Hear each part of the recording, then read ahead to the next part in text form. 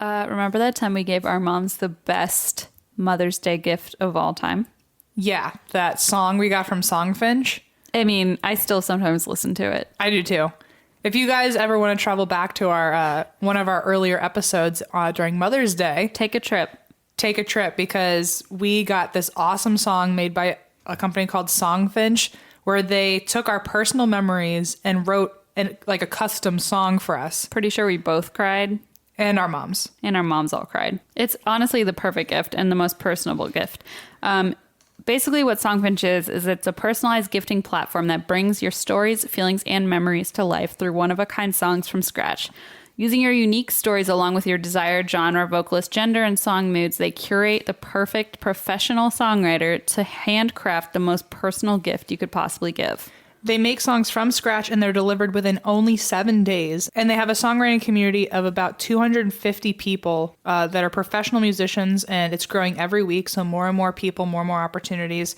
And your song lives on a personal URL called Your Story homepage, where you can listen and download the song, read the lyrics, learn about your songwriter, and share your song with whoever you want. So some options for what you might use Songfinch for include weddings, so like a first dance, a mother son dance, father-daughter, etc.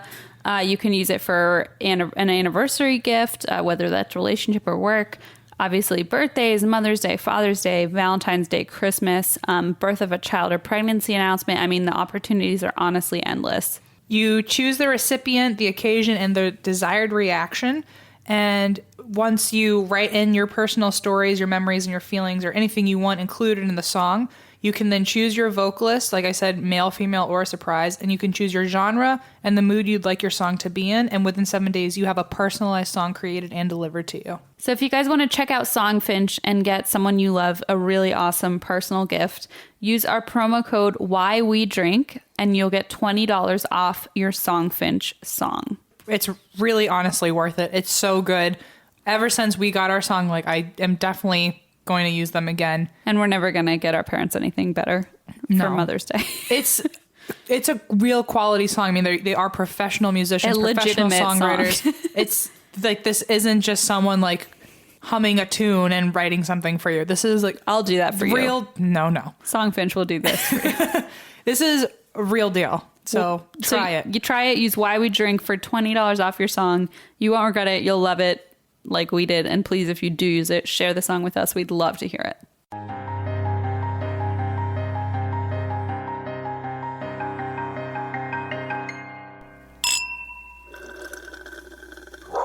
Why are you laughing?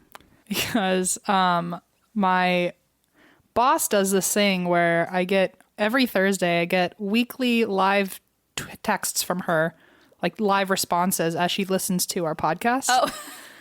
Today it started out with, "You can go ahead and tell Christine that I don't kill living organisms, but gnats and flies don't fucking count. Kill them all." So, was that from way back when? No, remember you had a fly in your cup last week. Oh, she said that. Yeah. I thought she was like quoting you. No, she's just letting me know that I should let you know. Gnats are living creatures. No, they're not. She also, I told her that I'd probably just say that on the show, and she said, "Great, I feel like $1 million fucking bucks." Oh man, I love it. So anyway, what's her name? Renee. That's my best friend's name. Oh, well, your best friend and my boss are the same person, I guess. Clearly. Anyway, why? Hi. Hello. Hello. Anyway, I'll be getting texts about this exact thing next Thursday. That's trippy. Whoa. Woe is me. Christine, tell me about your day. Okay, here's what's happening. I'm really in need of a stiff drink. Oh, well, you're not on your Whole30 anymore. Thank goodness. Because I'm a seasoned traveler. Oh my. And yes, sometimes things just go awry, even when you're a seasoned traveler. Explain to me just what you mean. Again, Sober Christine. Sober Christine is not our friend, because every time Sober Christine comes out to play, trouble happens. I don't know what the deal is, but you just need to have a glass of wine in your hand at all times for nothing to go wrong. The wine bra, I need to make better use of it. You were on a plane. I should have made better use of it. Although security probably would have been like, why are your boobs liquid? You can't carry 4 ounces of liquid inside your Why are you boobs. lactating wine? Oh, gross. Someone invent that trademark. Okay. So I was like, let's leave for the airport at 2. And Blaze is one of those people who gets like really, he wants to leave for the airport like 17 hours early. So he's like, no, we got to like hurry up and go. So we're there and he's like stressed because he thinks we're going to miss the plane and it's Cincinnati. And I'm like, don't worry about it. Like, we're not going to miss the plane. We have plenty of time. Security's short. We're in security and Blaze's Delta app stops working and his ticket is like, you have 0 tickets available. And so he starts panicking and just goes like running, like just turns to me and goes, well, I have to go to the check-in line. Leaves me in security and like takes off. And he's like, get on the plane if I don't make it. And I was like, what the hell?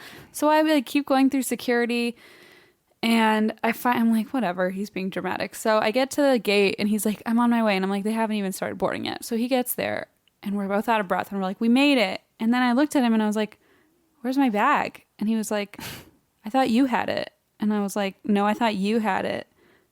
And he was like, Christine, I gave it to you. And I was like, no, you didn't. You ran away.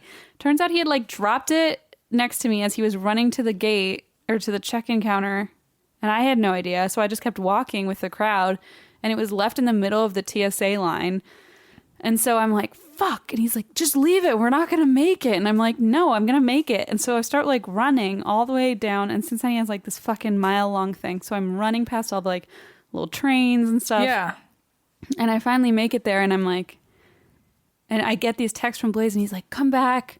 You're not going to make it. I promise I'll replace everything in your bag. And I was like, you can't replace a 2002 SpongeBob landline phone because my mom had like found it amongst my belongings. And so I packed it in my bag. I saw that you tweeted that out or like posted that screenshot of your text with Blaze. And I thought there was no way that was actually a real text. It was like, I thought you saw that online somewhere and was like, oh, this is similar to conversations I've had with Blaze. No. Had no idea that was actually like something you wrote. You thought I just like photoshopped the name Blaze onto it? I thought it was just like a Tumblr post. I didn't really. Are you serious? It looks you stupid know me? enough to be one. Yes. So I'm like, you can't replace you can replace my clothes, but you can't replace my SpongeBob landline phone.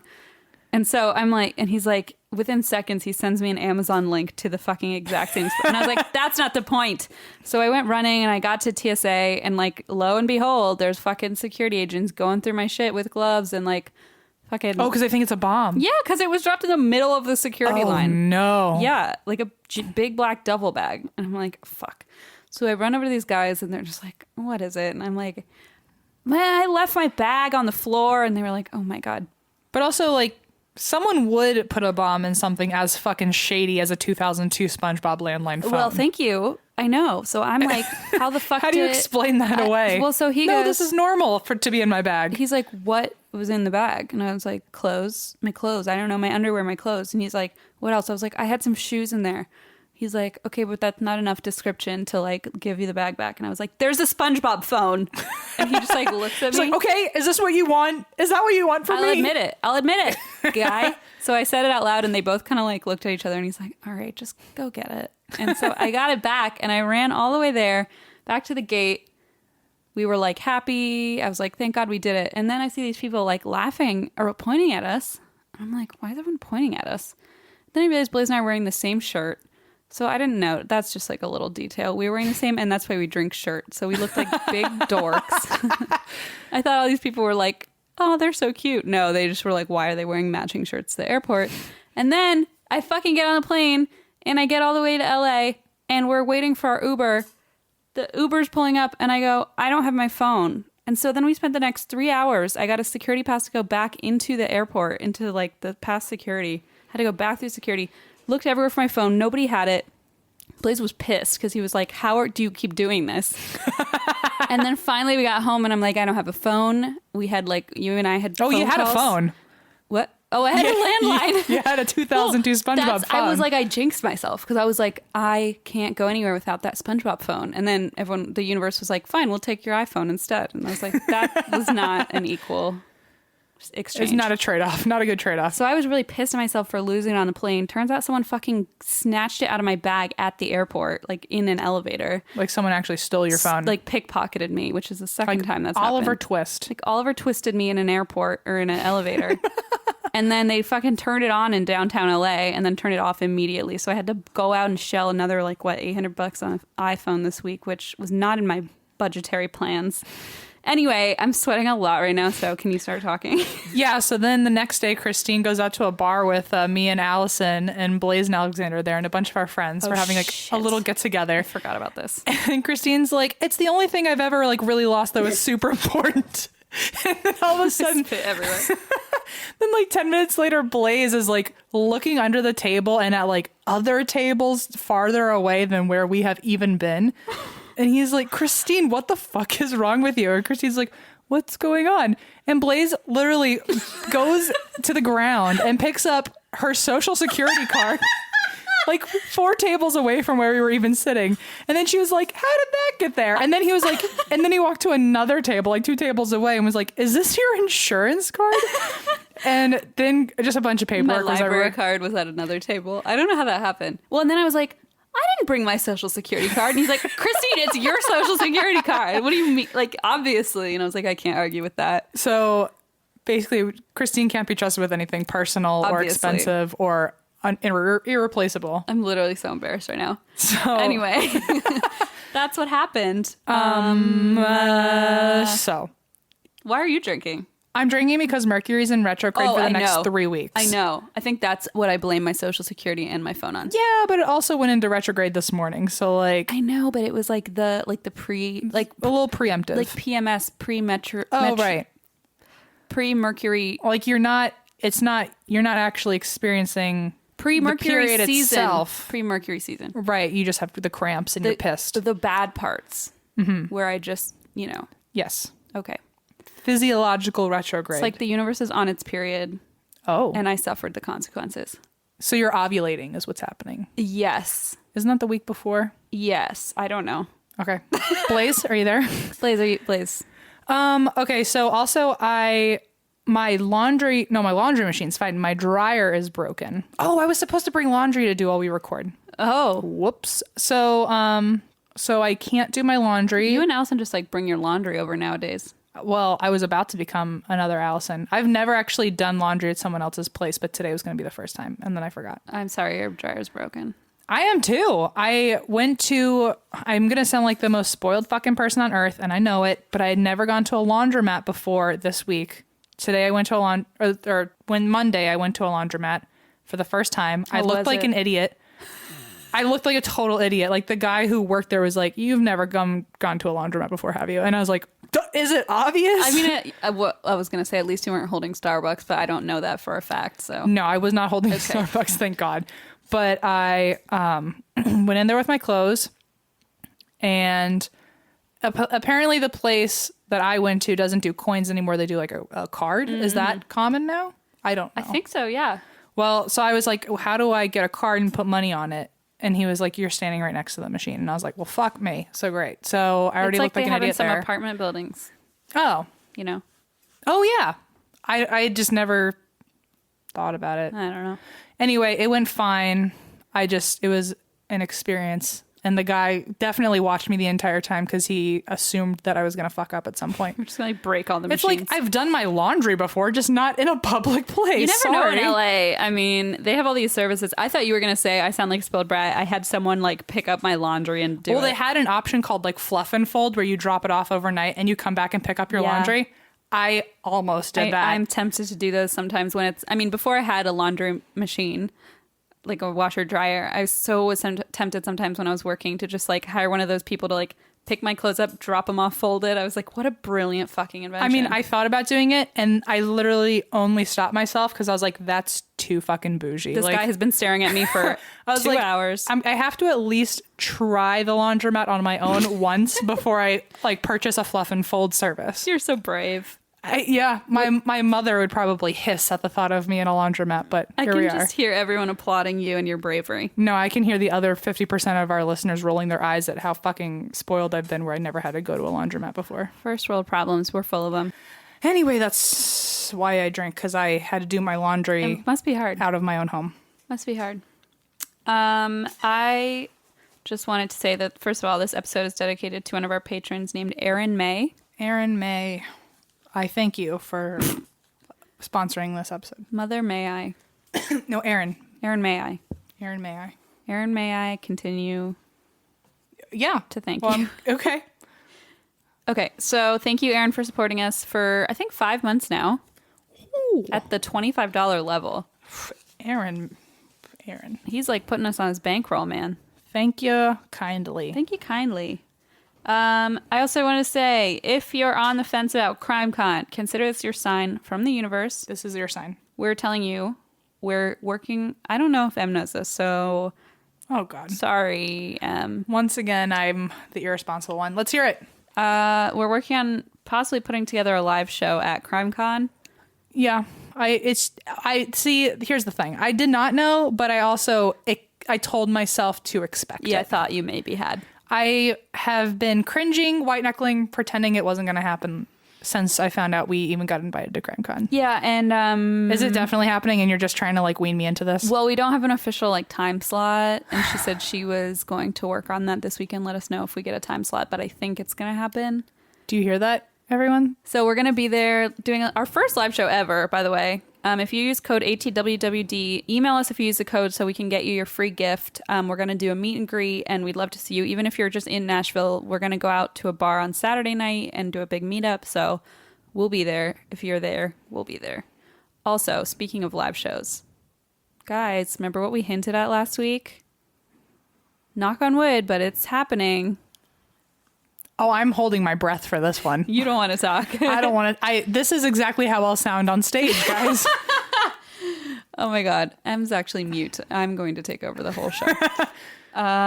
Yeah, we're doing a live show, guys. We're doing it. In Los Angeles. Yes. In Hollywood.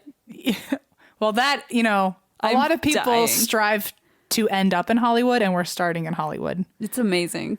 It's terrifying. It's terrifying and amazing.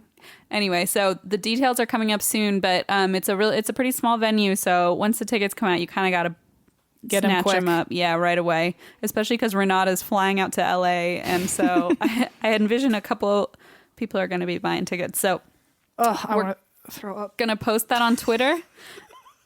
We're gonna post it on Twitter and on Facebook the second tickets go live. We believe the event is gonna take place May 20th. That's a Sunday at 9:30 p.m. So at the Hollywood Improv. So get ready. Tickets are gonna be $20. Keep an eye on our social media so you can grab a ticket when you get the chance. You can meet Renata, have a drink. Yep. Watch me pass out on stage. It'll be a good time. Watch Em's downfall. Oh, it's already begun. So sorry we talked so much. I'm ready to go whenever but actually I'm not because I need a drink, but then I'm ready to go. Okay, so should we go get drinks? Yeah. Okay, guys, just listen to this commercial while we're at it. Okay. Hey, Em, did you know that 66% of men lose their hair by age 35? Yeah, I know my dad, he doesn't have hair. And I know my roommate, RJ, he is slowly losing his hair. Is Blaze losing his hair? I mean, wow, we're just calling everybody out. Yeah. Well, the thing is that when you start to notice hair loss, it's too late. And it's actually easier to keep the hair you have than to replace the hair you've lost. If you notice that your hair is starting to, thin out a little and you want to see a change before the end of next year or any time in the future, if you want to make sure that you keep your luscious locks, then you should check out forhims.com. It's a one-stop shop for hair loss, skincare, sexual wellness for men. And thanks to science, baldness can be optional. Talking to you, RJ, and your dad, and Blaze. Hims connects you with real doctors and medical-grade solutions to treat hair loss. So they have well-known generic equivalents to name-brand prescriptions to help you keep your hair. And there's no snake oil pills or gas station counter supplements. You don't want those. And these are prescription solutions that are backed by science.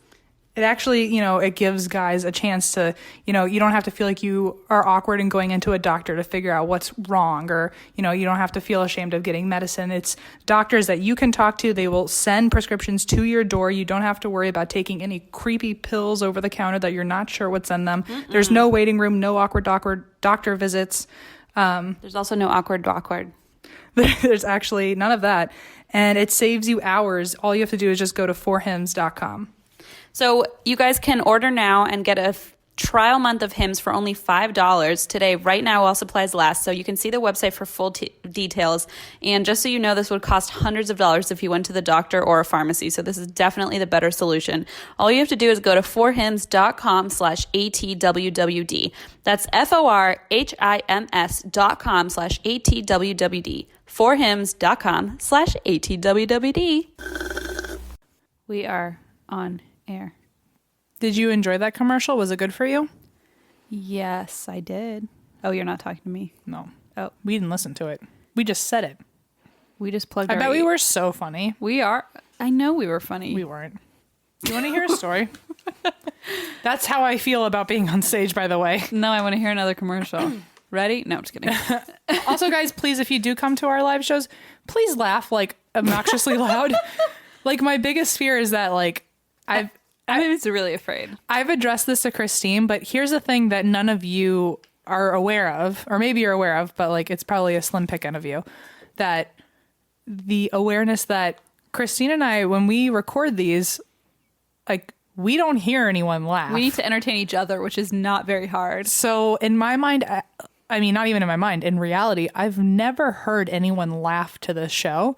So the thought of going on a stage, never having heard anyone react to us freaks me out, because for all I know, it's just going to be silent. I keep saying that and I'm like, it's fine. But then my throat starts closing up and I'm like, oh no. Like it's fine. But I also hope I don't make it. I hope I don't get there. Oh my God. Yeah. People are always like, oh, I laughed so hard. And I'm like, why? And did you? You didn't. You're lying to me. I feel like everyone's just been kind to us. I'm like, Deborah, stop making shit up. Can you guys just keep being kind to us and just laugh really hard? Or just make shit up and just keep the joke going. And guys, if a heckler's out there, can you please defend them? Because I'm going to have... No, don't defend them. Defend us. Oh, yeah. Jesus.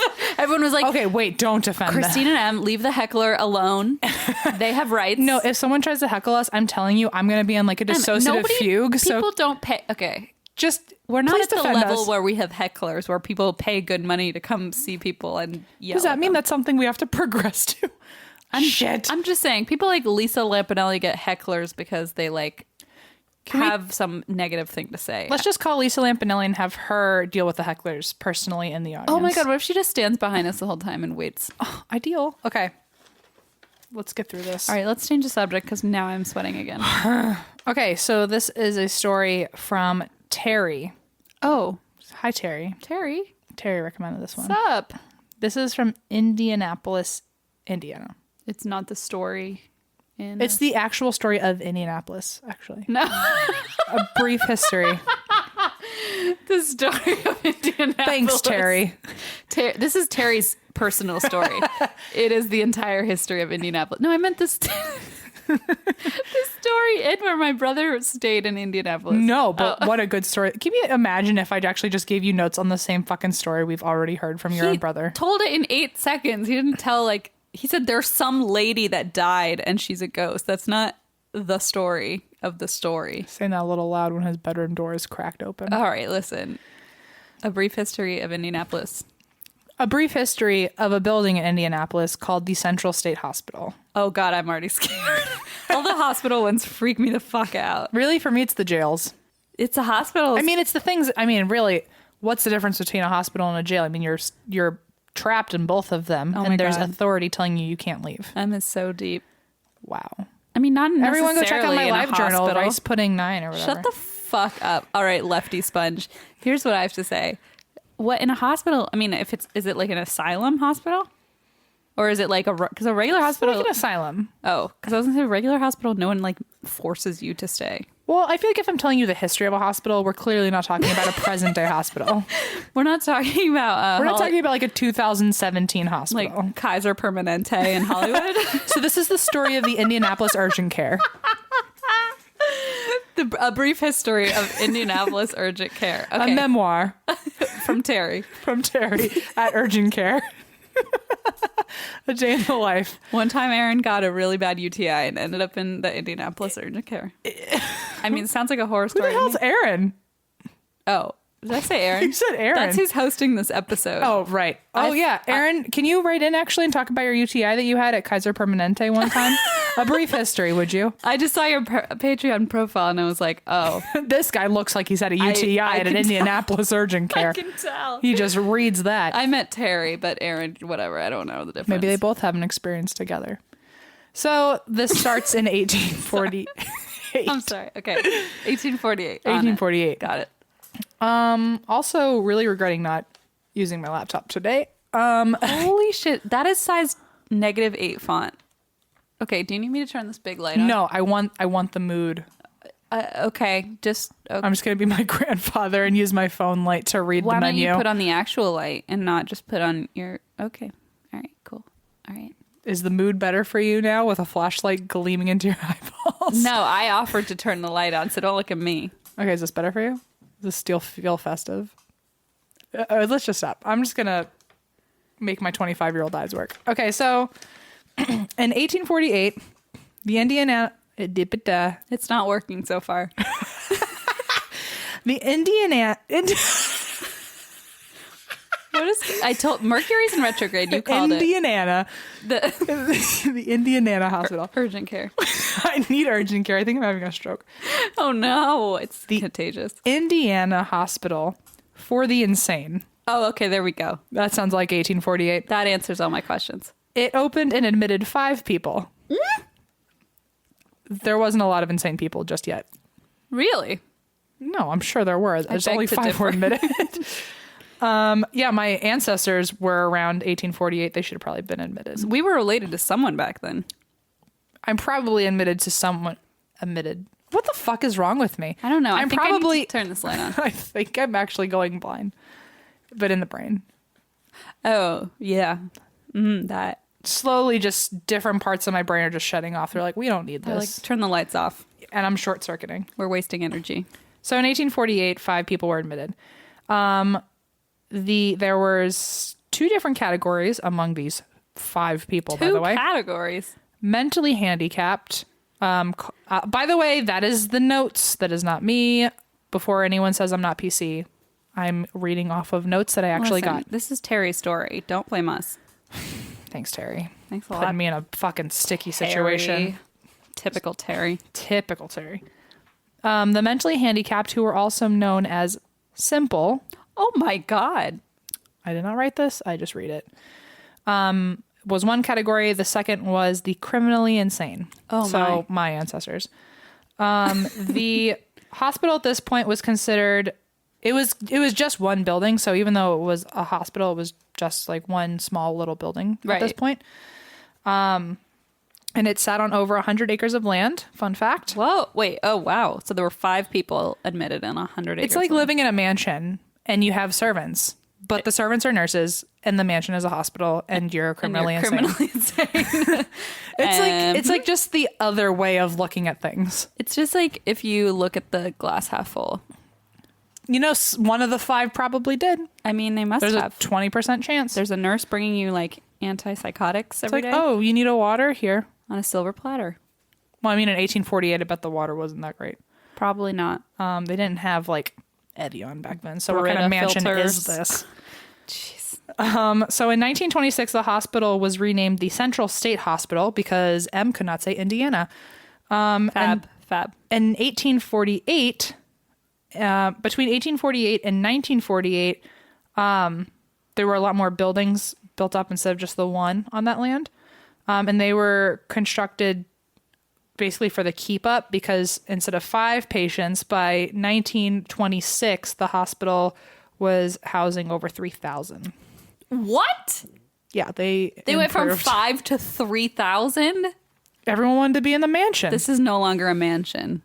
I'm saying. This is like a fucking disaster. Also, I really do need to use the flashlight because I'm a fucking blind person. Can I just turn the light on? I just want to be stubborn.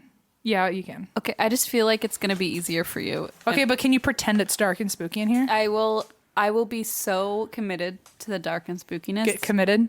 Get it? I'll be so admitted to the criminally insane hospital.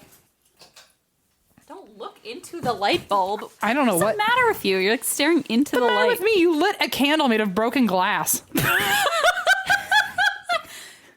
Someone gave us that. Tell people I'm wrong.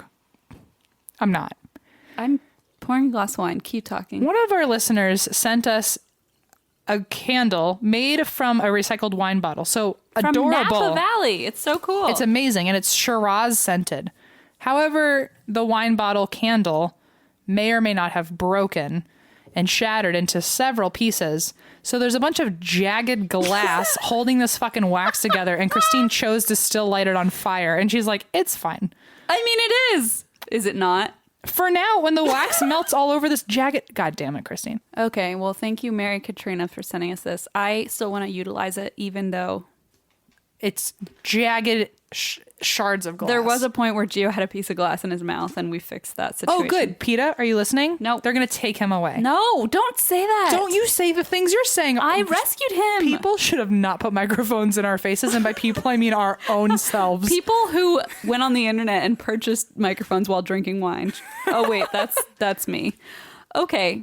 Moving on. Let's talk about the criminally insane, because I'm sweating. Because clearly we're not a part of that category. We are our own category. In 1848. That was a nice transition. Thank you.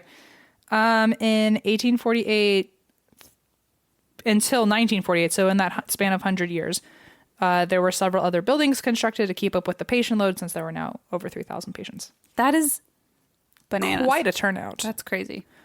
A turnout like it's a music festival. What a turnout. You know what? It's a mansion. Might as well have a festival. Is it a mansion? It does not seem like a mansion. Well, not anymore. Now 3,000 people live there. It seems like a disaster.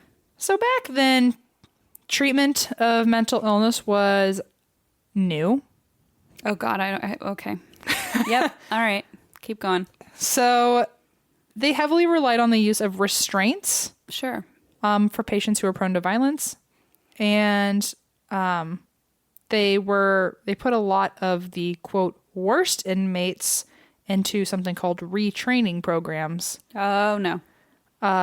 So by worst inmates, they meant the people who screamed incessantly, who were hostile, and could not control their behavior. Oh, my. So they were put into basements or dungeons, which they were literally called back then. Oh. And they were just hung there. They weren't hanged. They were literally just hanging there. Hanging? By their ankles and wrists. They had... Basically, okay, so in the 1950s, workers were renovating a bunch of tunnels, because there was underground tunnels that stretched 5 miles wide to connect all of the buildings from the cellar. And in the 1950s, they were renovating, and they more or less found a bunch of dark rooms off of these tunnels that still had chains and manacles on the walls. Oh, my God. That used to hang people from their wrists and ankles. That's day in, day out. Fucked up. To retrain them. Well, oh, okay. That was the retraining program. That supposedly. makes so much sense.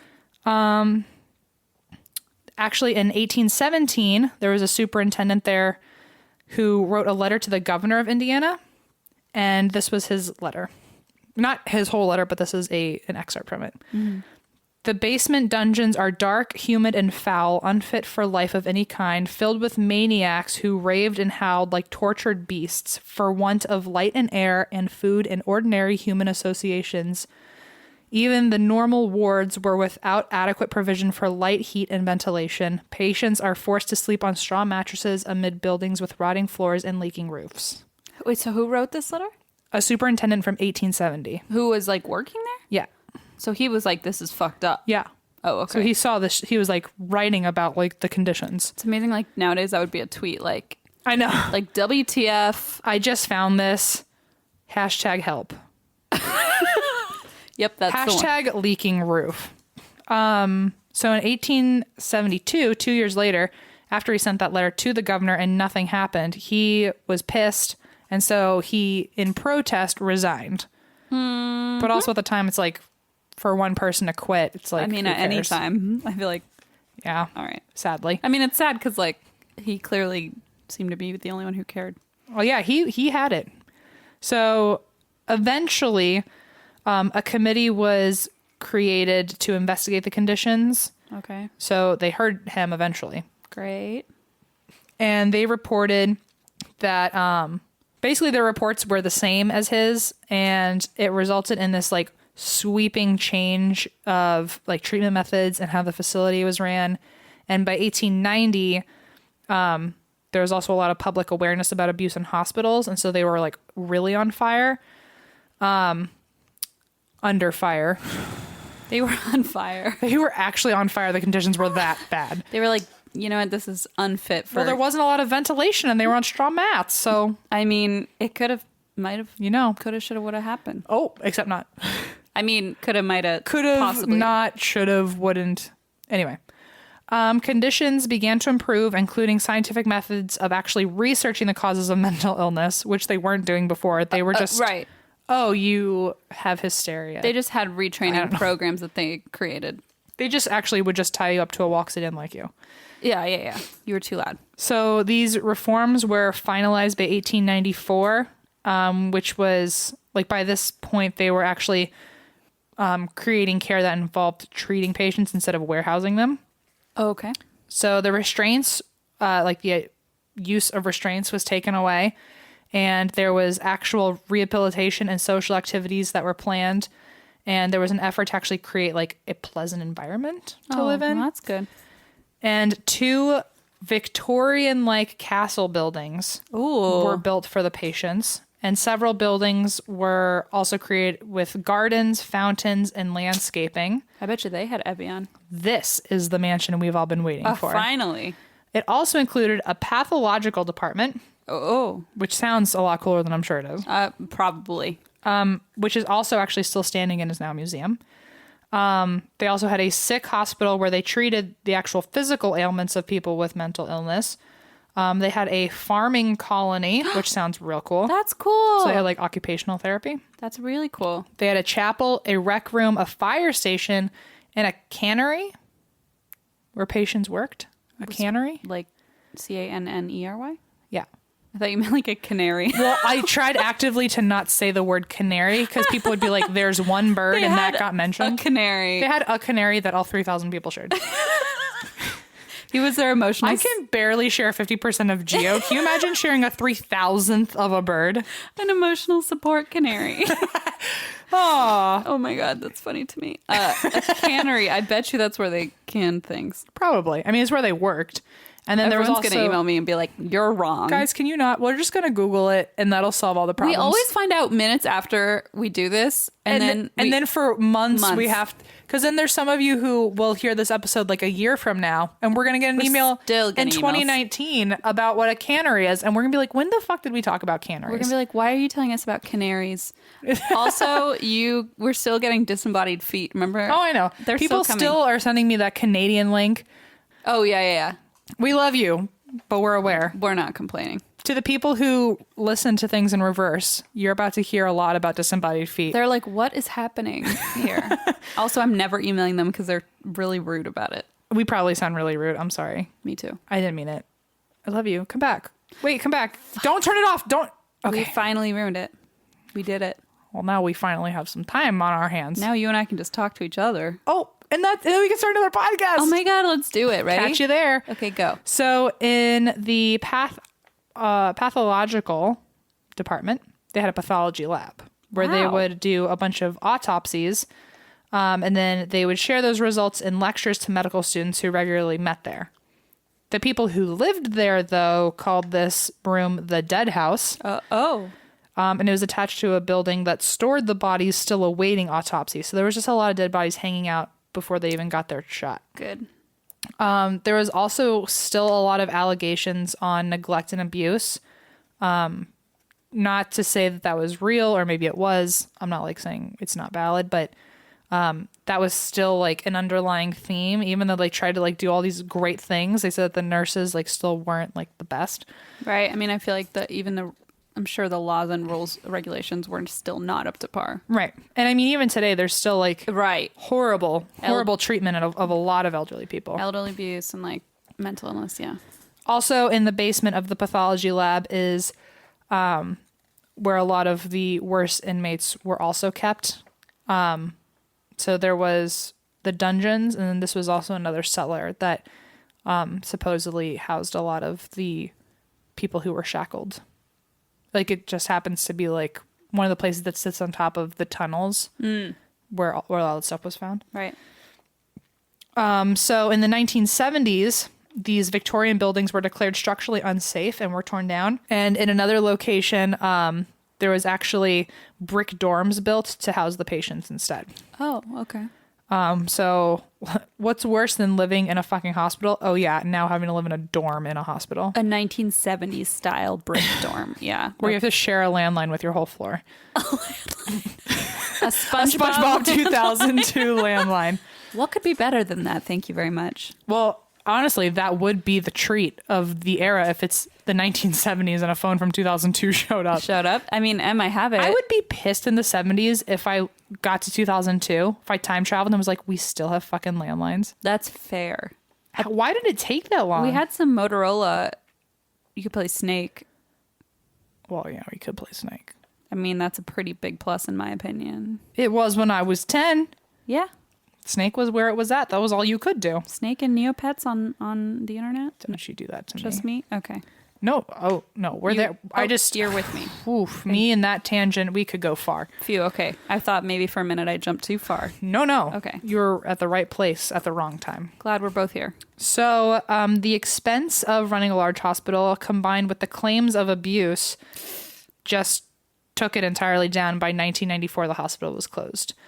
And also Indiana took over the property, so they restored a lot of the buildings and opened up the Medical History Museum, which is what the pathology lab was. So that still stands. The Medical History Museum? Mm-hmm. That's really cool. That is something we should go to sometime. Yes. If we ever do a show. What? Okay. Okay. I thought we were going to keep going with it. Oh. In Indiana will We'll Guys, have to go. We're never going to end up there. We can't even say because nobody's going to buy a ticket because we sound like idiots all the time. I mean, speak for yourself. Patients who died on this property were buried in unmarked graves around 100 years ago. No big deal. Uh-huh. So they were recently discovered. Fun fact. Not very fun for them, I guess. And a significance cemetery. A significance other? I don't. What the hell are you talking about? I'm having a stroke. I'm telling you. A significant. Do you want me to call Blaze? No. You paused for a moment. There was a hesitation. I almost grabbed my phone. A significant cemetery site was found in the corner of the hospital's property. And by significant, it means a lot of fucking dead bodies and unmarked graves. Remember there were 3,000 people there at one point? Yeah, and a lot of unmarked graves. Oh, so they literally just found a bunch of dead bodies. No, yeah. Like a man-made cemetery with no markings. No mark. Oh my God. Okay, no. So patients, a lot of their remains are also still buried along the pathology building, which is the Medical History Museum. Is wild. So if we were to go to that museum, we would also be standing on their fucking remains, and that's horrible. In 2003, Indianapolis bought all of the property, and they now have plans, or probably since that was 15 years ago, probably have already created. There was a recession. You never know. Probably created a cultural center, a park, and have developed a lot of the land. So that's the history. Wow. All I have left for you are quotes. Quotes? Of experiences. Oh, yeah. The first one I have is from an employee there named Lewis, who has worked there for over 22 years. Lewis, what a gem. Lewis says, and all these are long, guys, so I'm just telling you now, if you don't like hearing me read passages. In voices.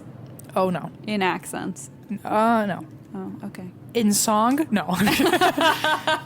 in limerick, actually. Wait, that's what I was going to say. This is horrifying. We're the same person.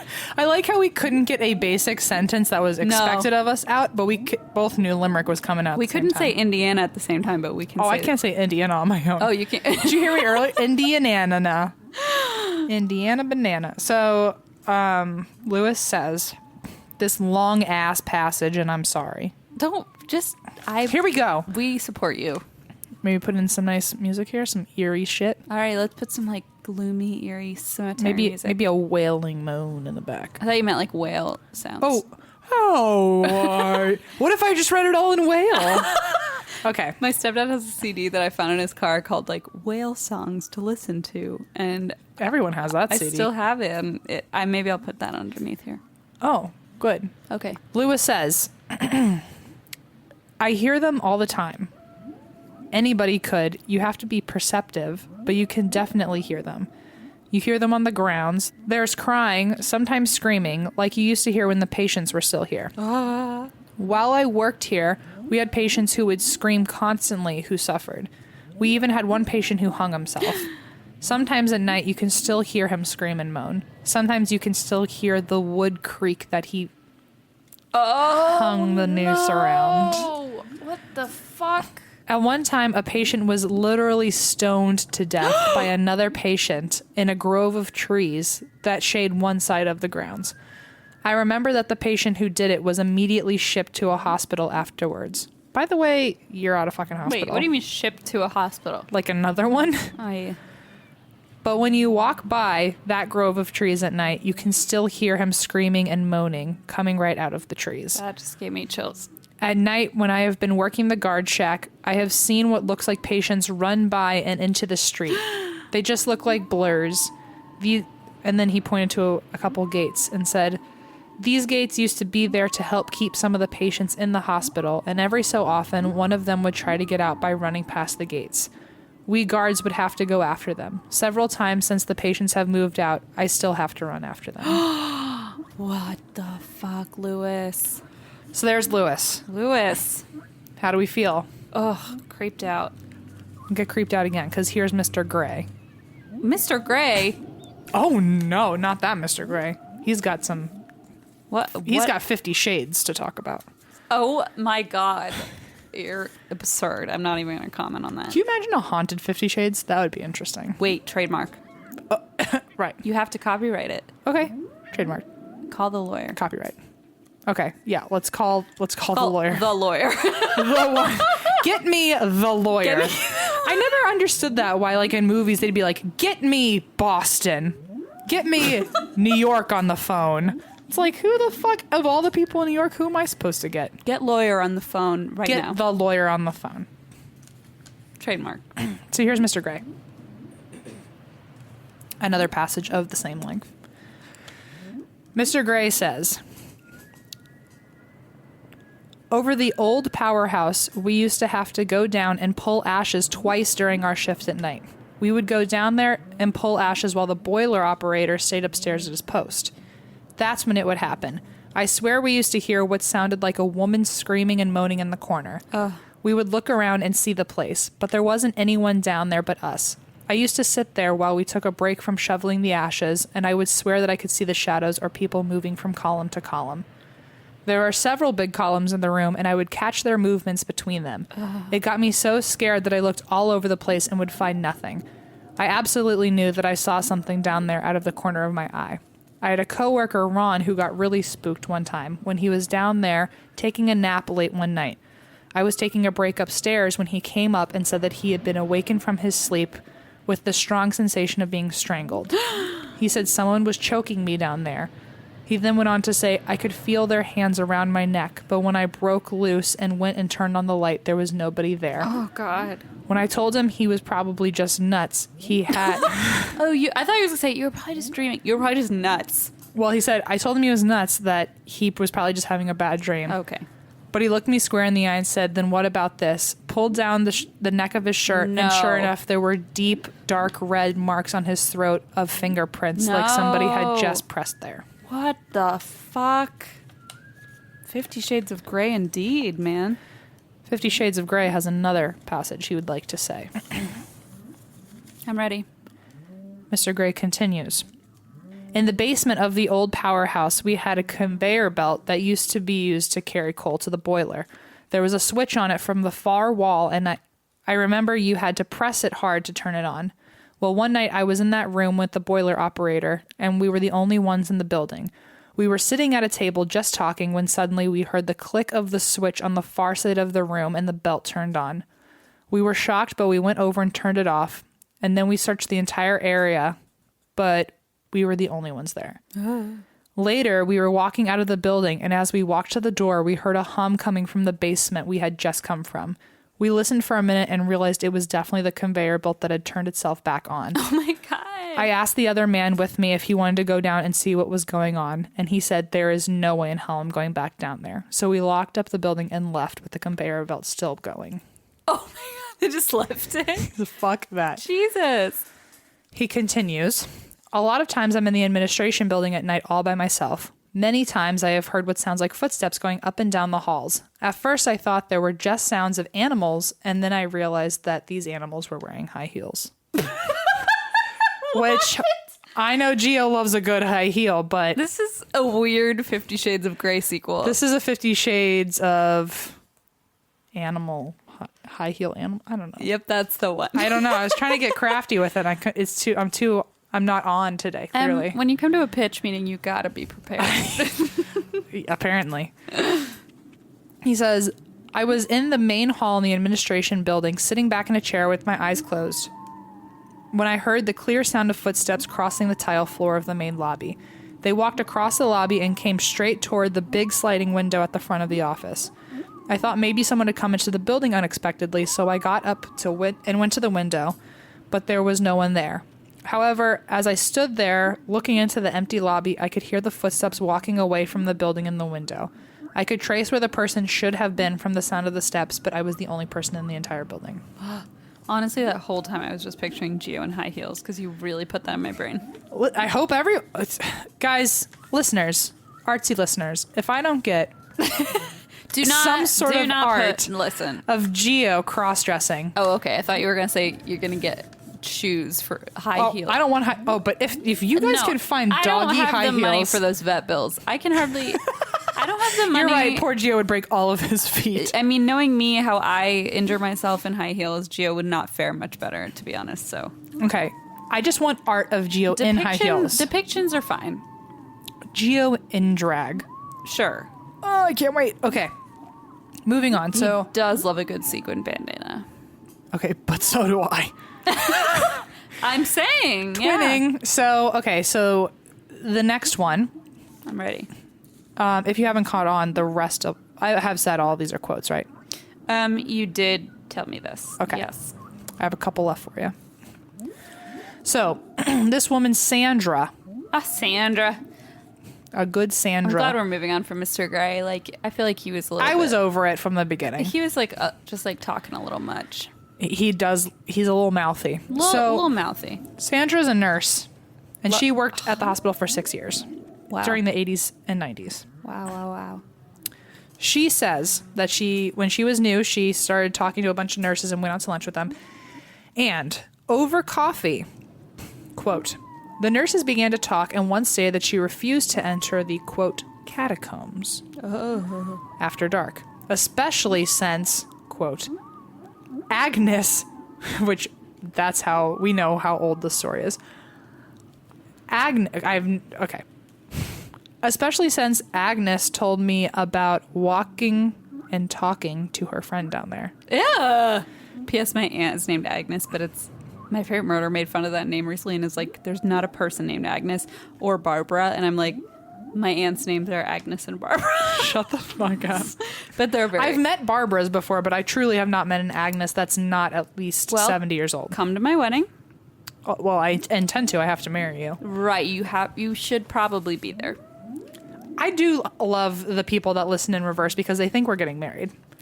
Oh, don't ruin it for them. But, I mean, they think Our the wedding. truth. So, Sandra says, especially since Agnes told me about talking to her friend down there. Right, sure.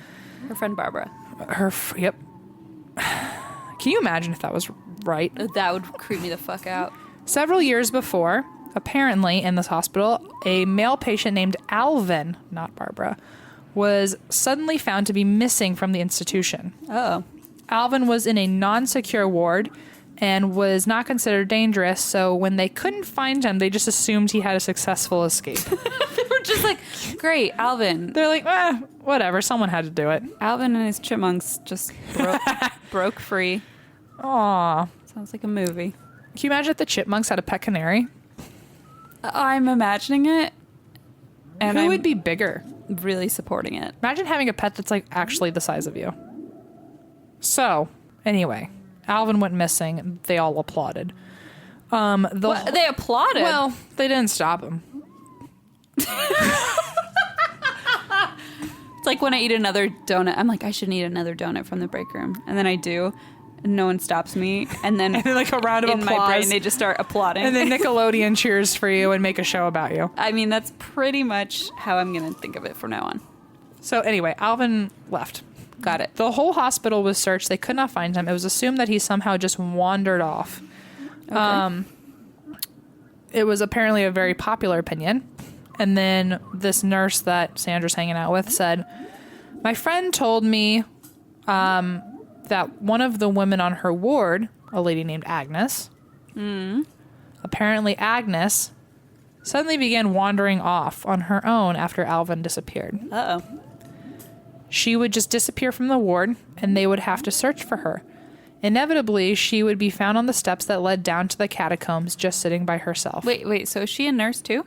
Yeah. Oh, So no. just basically, like, She would just, like, be on her shift and, like, nobody could find her. she would just go missing on her shifts. I don't like this. And then they would find her sitting in the catacombs on the stairs by herself. I don't appreciate this one bit. What are you looking at?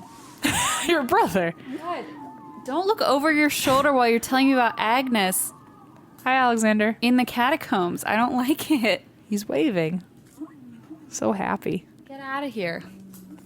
God, that scared the you like do this thing where you're like talking about Agnes in the catacombs, and then your gaze like shifts over my shoulder and you just stare blankly.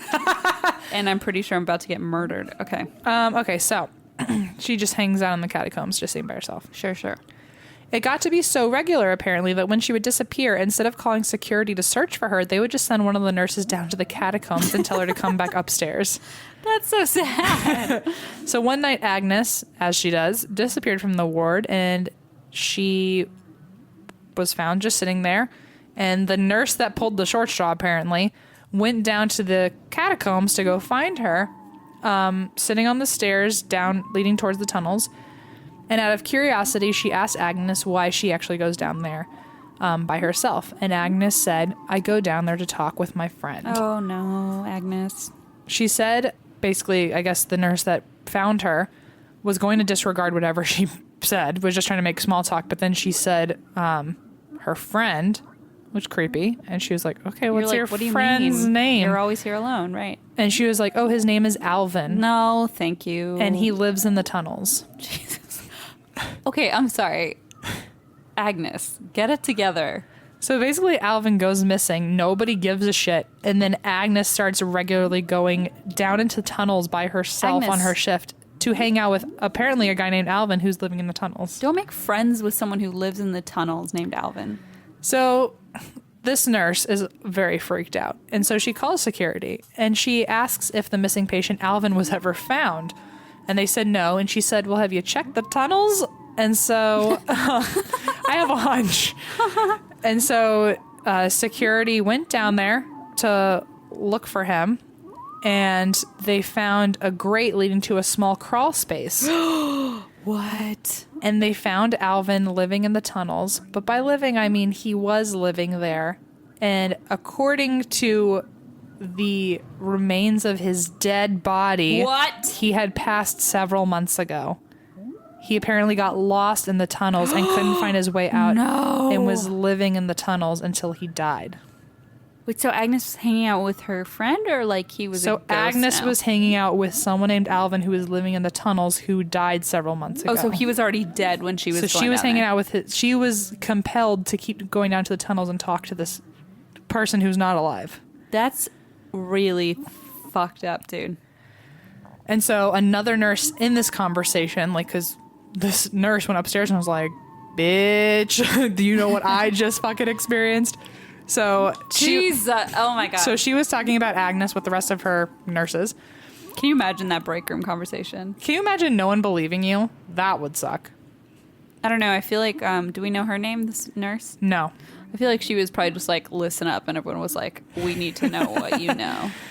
So another nurse during this conversation claimed that while looking through the tunnels on her own many years before, she found an adjacent room with a dirt floor and chains attached to the walls. So this was the beginning of people discovering the... She just like casually stumble She was upon like, oh, this there shit. it is. And when she walked past that particular room, she said she felt like total dread and a gut feeling to just leave as soon as she could. she could hear the sounds of moaning coming from in there. And when she finally talked about it with her supervisor, the supervisor said, "Oh, never mind that. We all know about that room and we all stay away from it. A lot of us have heard those things." Never mind that. Never mind that. Pay no mind. The nurse also said, "I was working the late shift and I spent most of my time trying to get the patients to calm down and go to sleep. And finally, about 3 a.m. On the week where we were transferring patients to another hospital, I finally got things quiet and sat down for a minute to catch my breath. That's when I heard a woman sob, and the sob started floating towards my ear from the direction of a dark hallway. I quickly realized that they were coming from a patient's room that was supposed to be empty. At the door, I paused for a moment after finally finding where the sobs were coming from, and I listened to the sobbing coming from inside. There was something about it that made all the hair on my arm stand up. Ugh. It was a heartbreaking cry, like someone inside was in incredible pain or distress. When I opened the door, the crying suddenly stopped and no one was in there. The room was empty, even the beds were gone. Ugh. I went back to my desk, and while I was thinking about it all, I subconsciously looked down to the end of the hall where the room was, and I saw this hazy shadow floating in front of the room. I turned my head and stared in that direction, and at that moment, it zipped down the hall and disappeared into the wall at the end of the hallway. It took a moment for it to entirely be gone, but I know I saw something. Oh, what the fuck? The last thing I will say is that in 1997, there were also several dispatches from to the police from this hospital after it had been closed for several years. In what decade? The 90s. So this is in 1997. The police were called at one time because a workman was seen moving in an upstairs window. Even though there should be no workman because it's abandoned. A workman, like a construction person? Like it looked like someone was wandering around trying to fix things in the house. Oh, jeez. Okay. So the cops went into the building. His flashlight was the only thing on because there's no electricity in this building anymore. He started searching rooms, and he says, "I was almost to the end of the hallway when exiting a room, and I suddenly was startled by the sound of a woman's high-pitched scream. I spun around and saw a woman in a robe run past me down the hallway. Oh my God, how terrifying. She was kind of hazy, but I could see her in the flashlight beam. Before I could draw my gun or even call for her to stop, she ran right into a wall at the end of the hallway and disappeared through it." This is a police officer talking. This is a police officer. Oh, fuck, dude. Another time that the police were dispatched to the same hospital was on another late night call because there was movement seen in one of the buildings. They walked through the hallways with their flashlights in hand. Suddenly, both the lights extinguished themselves simultaneously. The cop was reported later saying, "Those flashlights are over $100 cop flashlights for each of us. And they are built so that you can immerse them in water, run them over with a truck, and drop them over a cliff, and they'll still work." Those things are no joke. Yeah. And he said, "The fact that one would go out is strange, but when both go out the exact same time with so fucked. Brand new batteries." And it's not like they're like digital, like they're just battery, Yeah. they're just battery operated. So, holy shit. in 2006, there was a woman named Maggie who founded a group called the Indiana Paranormal Investigators. Who founded a group called Indiana Paranormal Investigations. So her and her husband were on a tour, and not on a tour, they were like on their own investigation in this hospital. And she said, "We began our investigation in the administration building, and we set up a base camp there in one of the rooms on the second floor. It was hot. It was the summertime, and we were trying to figure out how to open up the window.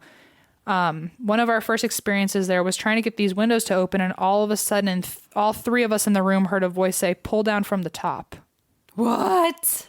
Wait, they all heard that. That's so fucking creepy. It came from none of us, and nobody knew how to work this window, so how would we have been able to know? It's not like... I asked everyone in the room who knew how to get the windows open. Everyone said they didn't know how to open the window, and they hadn't said anything, but they had all heard it. Shit. Maggie also asked the spirits to say hi to someone in the room. Great. Using... they were like trying to find EVPs. They just wanted to hear some voice on a recording. Right. So like, can you say hi to someone in the room? And they got an EVP of both a child and an older man saying, "Hi, Adam," but nobody named Adam was in the room. The next week, Maggie found out that she was pregnant, and they named their son Adam. No. So they were already saying hi to someone that didn't exist yet. That just gave me...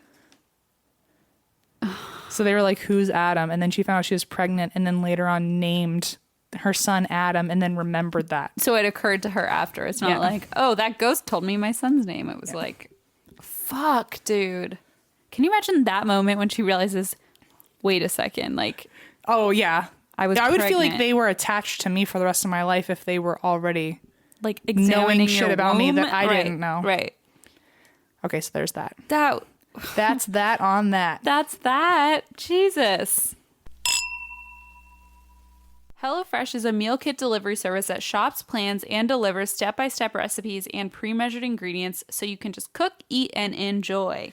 Each box is made of fresh, responsibly obtained ingredients from carefully selected farms and high-rated trusted sources. There's 3 plans to choose from. You can get classic, veggie, or family. I go for the classic. I love a good meat lover's meal. I usually go for the veggie, and it's just as delicious, just as easy. Highly recommend. You can feel confident when cooking HelloFresh with the simple recipes outlined on pictured step-by-step instruction cards. And you can enjoy not having to plan dinner, spending money on takeout for an easy night, or worry about gathering ingredients week after week. HelloFresh believes that cooking should be simple and convenient, not a chore.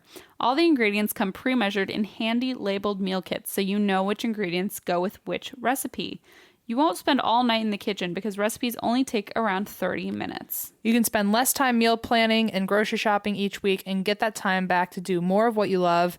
You can get out of that recipe rut and start cooking outside of your comfort zone by discovering new delicious recipes in each week's box that you probably wouldn't try on your own. So like I recently fell in love with this panko crusted chicken that they gave me. Yum. It was way good. And then Allison also uses HelloFresh, and she cooked it for me again later that week. You're a lucky duck. It was a good time. It's so easy to manage your account. You can choose your delivery date to match your ever-changing schedule. You can pause deliveries for when you're on vacation. We love HelloFresh. We highly recommend it. If you guys want $30 off your first week of HelloFresh, visit HelloFresh.com and enter DRINK30. That's HelloFresh.com. Enter promo code DRINK30 for $30 off your first week of HelloFresh. We cannot recommend it highly enough.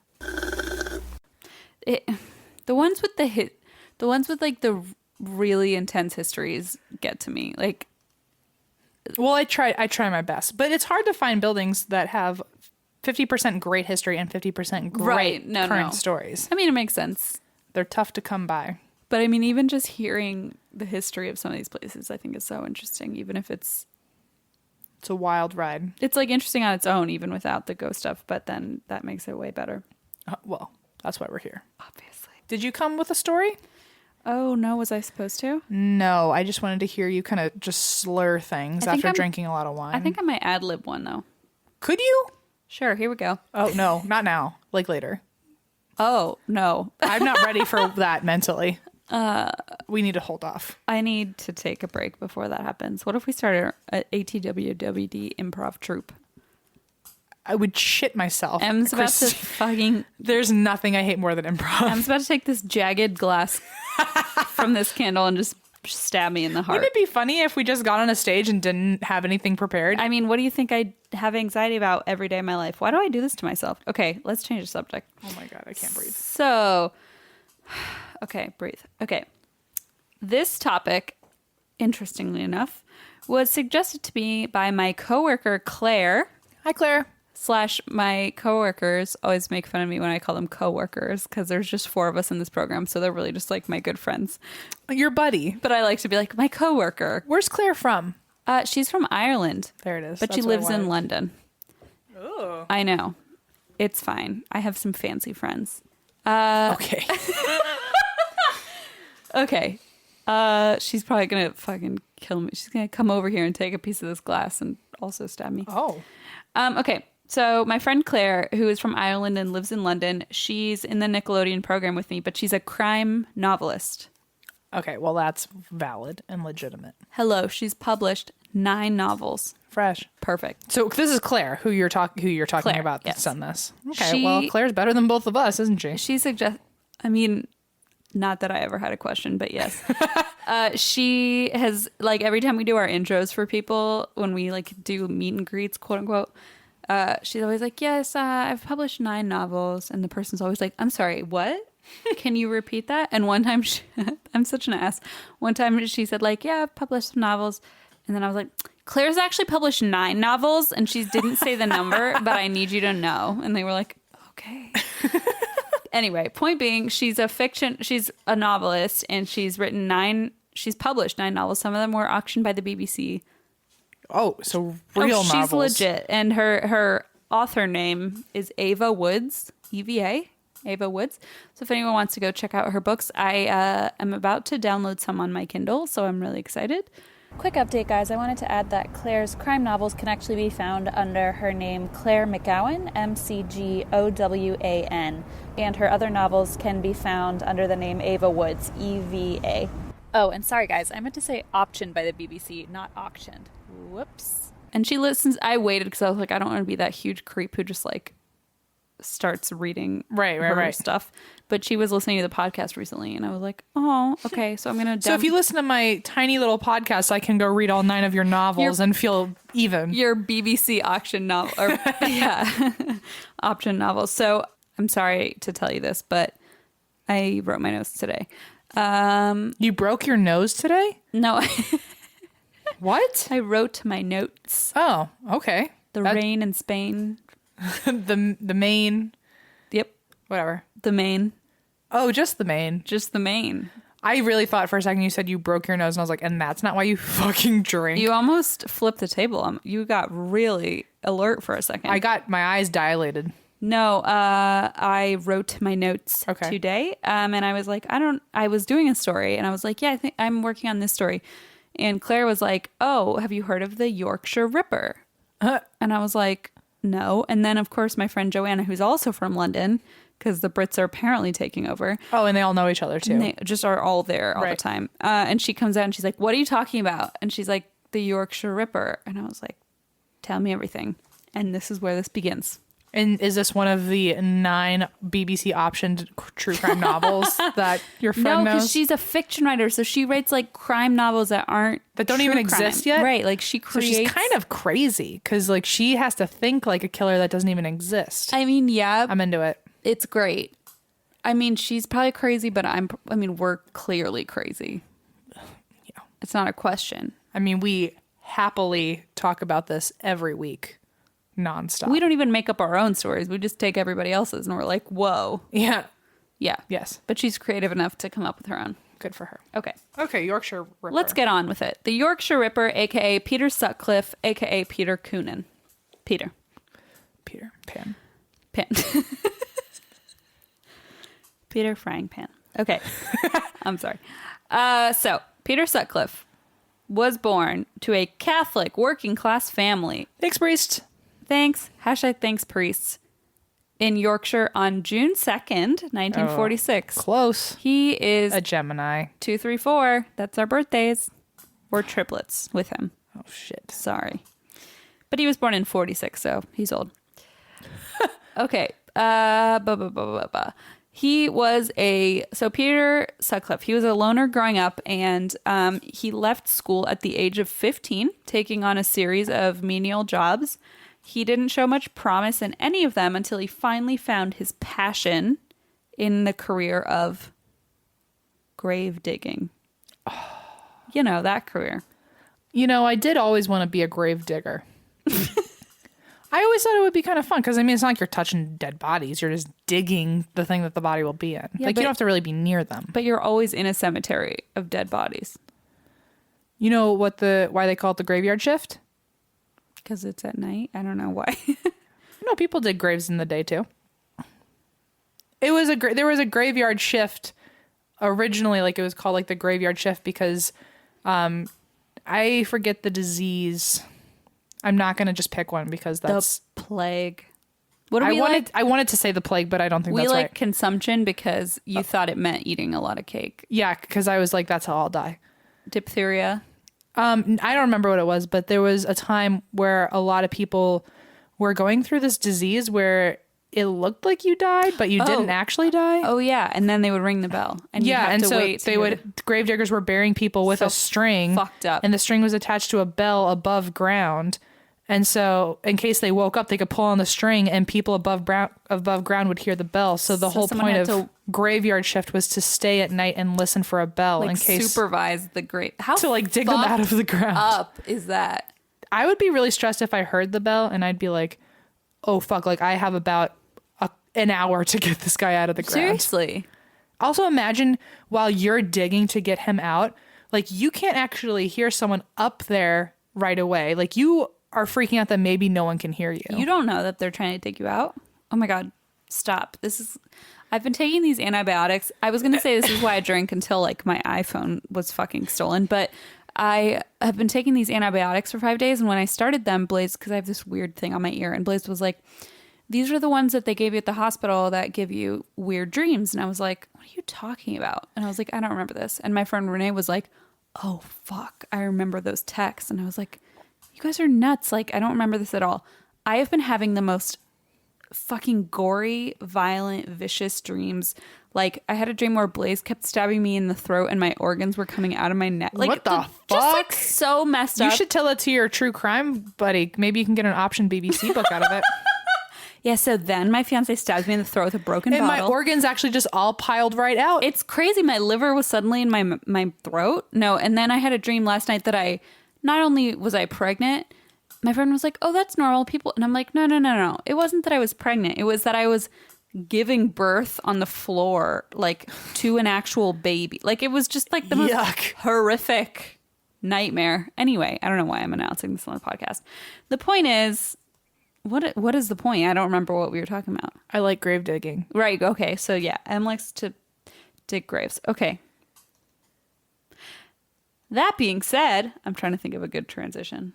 Okay. So he like did all these menial jobs as a teenager, and then grave digging was the only one where he was like, fuck yeah, I'm into this. Same. Sure. He would volunteer for extra time at the mortuary. So, like, he was working with dead bodies. It wasn't like he was just digging graves. Like, he was burying the dead bodies. I understand. Yes. That part I don't like. Oh, okay. Yes. I think that's part of the interest for him. Yes. He also would work for extra... Okay. Yeah, you're definitely not going to agree with this either. He would work for extra money to wash down the bodies. He would even sometimes jump into a grave. I don't know why. With the body? Yeah, with the body. Like, do you imagine being dead and that's what fucking... Like, imagine being a ghost and you're looking down on your body and that's the shit you see. You're like, I want my wife to come and give me flowers, but then this fucking weirdo jumps in your grave. Yeah, no. Gross. So, unlike many other murderers, Sutcliffe did not show too many abnormalities during his childhood years. Aside from being bullied for being too skinny... I wish. Oh, Jesus, take the wheel. What a tough life. Oh, my. And he worshipped his mother to the point that he thought she was basically infallible. Like she was his idol, essentially. Okay. Like she was... he like put her on untouchable. Yeah, he like put her on a pedestal and was like, she's... Like immortal. Exactly. Got it. And his dad was his dad was an alcoholic and like hit the kids sometimes. And, you know, of course it was his dad was abusive and it was an unhealthy childhood, but it wasn't anything like so extreme that you hear from some serial killers, you know, like things just went the wrong way for him, but it didn't start off that extreme. Mm-hmm. But then in 1970, his father really fucked him up. His father knew his wife was cheating on him. Uh-oh. So he posed as his wife's lover, lured her to a hotel, then took his son, Peter, and two of his other siblings with him to the hotel where he had lured his wife so that they could witness her downfall. Okay. So Peter watched as his dad caught his mom and then pulled a negligee from her bag and exposed her as a cheater. And basically shattered this like infallible image that he had of his mother. So he, you know, it just like completely fucked with his head. Got it. Because she like treated him like an angel. Like he was just... And she was actually cheating or... Yeah, she was. Okay. She was with another man and the husband like conned her into revealing it basically. But then took 3 of his kids with him. Got it. So... By most accounts, Peter Sutcliffe started hiring sex workers at a young age in his teenage years.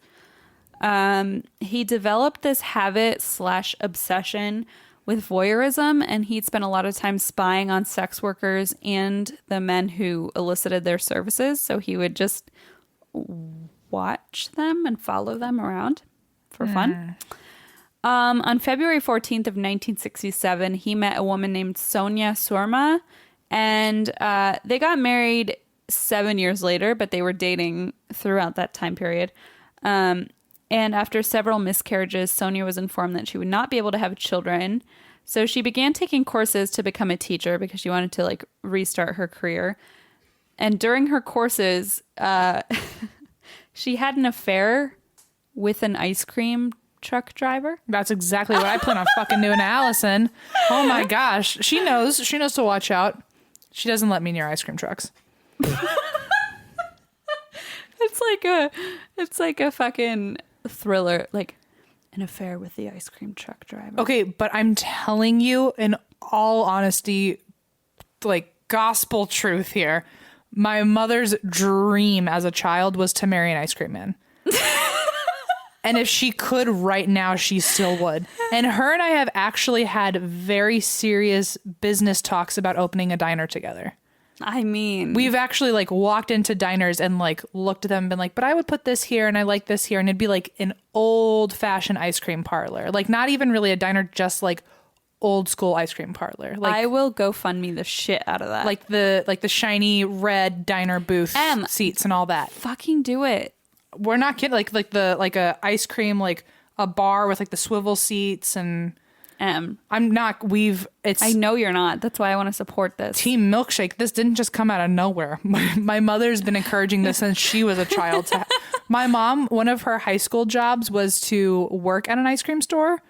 And then she gained like 11 pounds in like 2 weeks. And my grandpa was like, you have to quit here.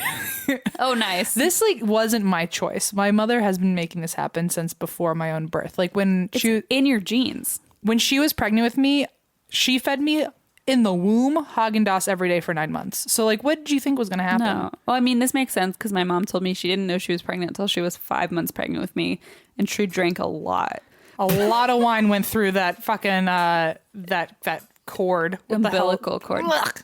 She's going to kill me for saying that. You just absorbed a lot of wine in utero. And I thought it was hilarious. And I'm like... Oh, I think it's just... My mom gave me filet mignon and chocolate Haagen-Dazs every day for 9 months, and they're still my two favorite foods. Well, my mother likes to say, oh, I didn't drink when I was pregnant with you. And I was like, one time you got drunk and admitted to me that 5 months into your pregnancy, you were like, why does my size -10 belt not fit anymore? And why do I keep throwing up? I guess I should keep drinking wine. And then like... Okay, but that's also a thought you have today. I know. And so I was like, Renata, you told me this. And she's like, I would never, I had no idea. And I'm like, yeah, you were like 26 or 27. You didn't fucking know. But so I'm like, I mean, I'm like, fine. I have a fucking graduate degree. I'm not, impaired for life. But she's really fucking horrified when I tell that story. But I'm like, you told me. Anyway. I mean, if ice cream had alcohol in it, my mom probably would have not stopped eating it. I think there's a problem in my family. I was always raised that like a pint, like an ice cream pint or a Haagen-Dazs pint is a serving size. But I mean, that's not that abnormal, is it? Well, it is when I'm a child and eat one like it's not even an issue. And then I go to someone else's house for a sleepover and they're like, we're supposed to share this. We bought one so we could share it tonight. And I was like, I'm never fucking sleeping here again. Fuck you. I was like, and then they blamed it on me being an only child and not knowing how to share. And I was like, no, I was just raised that this is a fucking serving. I'm not going to share a serving with you. It's so interesting because I was raised to have a very bad diet. It's so funny because like I was raised to have like a very strict, clean, healthy diet, like just all normal foods, and then just like so much booze. Like it's just like all veggies, all organic, fresh meats and vegetables, like no junk, no processed food. And then it's like, but lots of wine. It's a very European thing, I think. When I worked in the graphics department at the job I'm still at, one of the big things was we had to make fake ice cream labels for TV shows. So people would actually bring real ice cream. Your Snapchats about this would kill me. this was back when I was like actively Snapchatting about ice cream a lot. And we weren't friends yet, so I was like, I want to kill myself. One of my literally, I got paid to eat ice cream, as much of it as I fucking could, was like, as fast as I could. 4 gallons of ice cream. Better get started. Because we had to. I'm only explaining because I know we're gonna get a lot of like, we just skimmed right past this and didn't explain it, so I'm just explaining it real quick. Just go. But for shows where they have to eat ice cream, and if you look and like if they don't have like a deal with like Breyers or Haagen-Dazs or something, they need a fake label because they don't legally have that brand cleared, so they have to get a fake label so they don't get in trouble. But so we're the people that make a fake label for ice cream, but we need to size the design right. Like we need to print it out and make sure it's going to fit. So they bring actual ice cream to like work, gallons of ice cream, right? For us to put the label on. So that way, when they come to pick it up at the end of the day, there's a perfectly accurate ice cream carton with a fake label on it. But in that entire time, the ice cream would melt by the time they picked it up, brought it to set, waited for that scene to shoot, and then someone ate it, and now it's just like liquid ice cream. So we literally had to eat the product so that way we could label a fake carton so they could go out and buy more ice cream. So Zoe Deschanel could pretend to eat ice cream on set. Zoe would never eat. I know, that's why I said pretend. I had to carve carrots and make them look like Cheez-Its. Cheetos for her. Carrot Cheetos. If you ever see Zoe Deschanel eating a Cheeto, it's a carrot. It's a fucking carrot that I hand carved. Em taught me that, and I tell people constantly. I don't know if I'm allowed, but I do it anyway. Do you know how long it takes to carve a fucking carrot into a Cheeto and then do enough of them? Please tell me, because I think it's fucking amazing. And then do enough of them so that they can do multiple takes of her eating them by the handful. It takes a lot of fucking time. Em used to I know we just said this 4 times, but Em used to hand carve baby carrots to look like Cheetos. Like, what the actual... Because everyone on that set is like super health conscious. So like one person's dairy free, one's soy free, one's vegan, one's... So we just had to have you gotta have carrot Cheetos. And I had to eat all the ice cream in the world so that they could put a different product in there in case the person didn't actually eat ice cream, but they needed to, like, the character eats real ice cream, but they actually are like vegan in real life, so you have to put vegan ice cream in a real ice cream. It's so fucking annoying. It's just golden to like envision you eating ice cream by the gallon, just like gallons of ice cream. They would literally give me a ladle at work and say, finish this by the end of the day. You're ladling ice cream, but then on the side you take a giant ladle bite and then you're carving a carrot into a precise... I'm so health conscious Cheeto. and crafty while also making the worst dietary decisions. Just such a yin and yang like balance. If Zoe Deschanel knew that she was eating carrots that I carved, if she knew I was... She knows. What did she think? It was just like a... If Zoe on New Girl was eating carrots, if she knew that the carrots she was eating were ones that I hand carved while eating a gallon of ice cream, she wouldn't eat them. She'd be like, that's foul. She wouldn't. Yeah, she would find that foul. We should move on. People are probably sick of me talking about my work. I mean, let's talk more about ice cream. Where did we end off, by the way? Hell if I know. What are we even talking about? This tangent is an unbelievable trip. I don't know what story I was telling. Oh, right. Grave digging. How does this keep happening? What the fuck happened? Wow. Okay. He jumped into a grave. I think that's where I don't know. Okay. That's literally the last note I said. So I don't know where... I don't know how... You'll figure it out when you're editing this for 4 hours. It's like one of those Cosmopolitan magazine quizzes where like you're like, I love to text in emojis, and then you hit like yes sometimes and whatever, and you fall like a giant ass like a tree. Yeah. I feel like that's what's happening, and we just went like fucking way off base. Okay. Future you is throwing your head into a wall right now. Future me is at a 3-day seminar that's 12 hours a day and is probably like crying in her fucking seat at LAX Marriott. Okay, here we go. I have to get up at like 6:30. I want to die. Okay. So he worked as a graveyard person, and he loved to just get paid extra. He would like take extra shifts to like clean the dead bodies and would like climb into the grave sometimes and shit like that. Oh no, there is something else that I said. Okay, so he would talk obsessively to his friends about bodies in pubs. So he would like get super... like to a point where his friends were like, I don't feel comfortable with this. Like he just goes on and on about how great it is to work with dead bodies.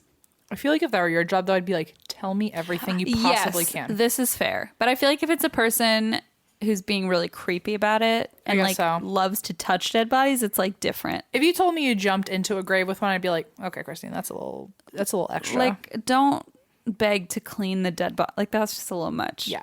Anyway, yeah, exactly. So he had an obsession with voyeurism. He married Sonia. Oh, right. The ice cream van driver. Of course. How could I forget? So there we are. Crack the code. Crack the secret code of this episode.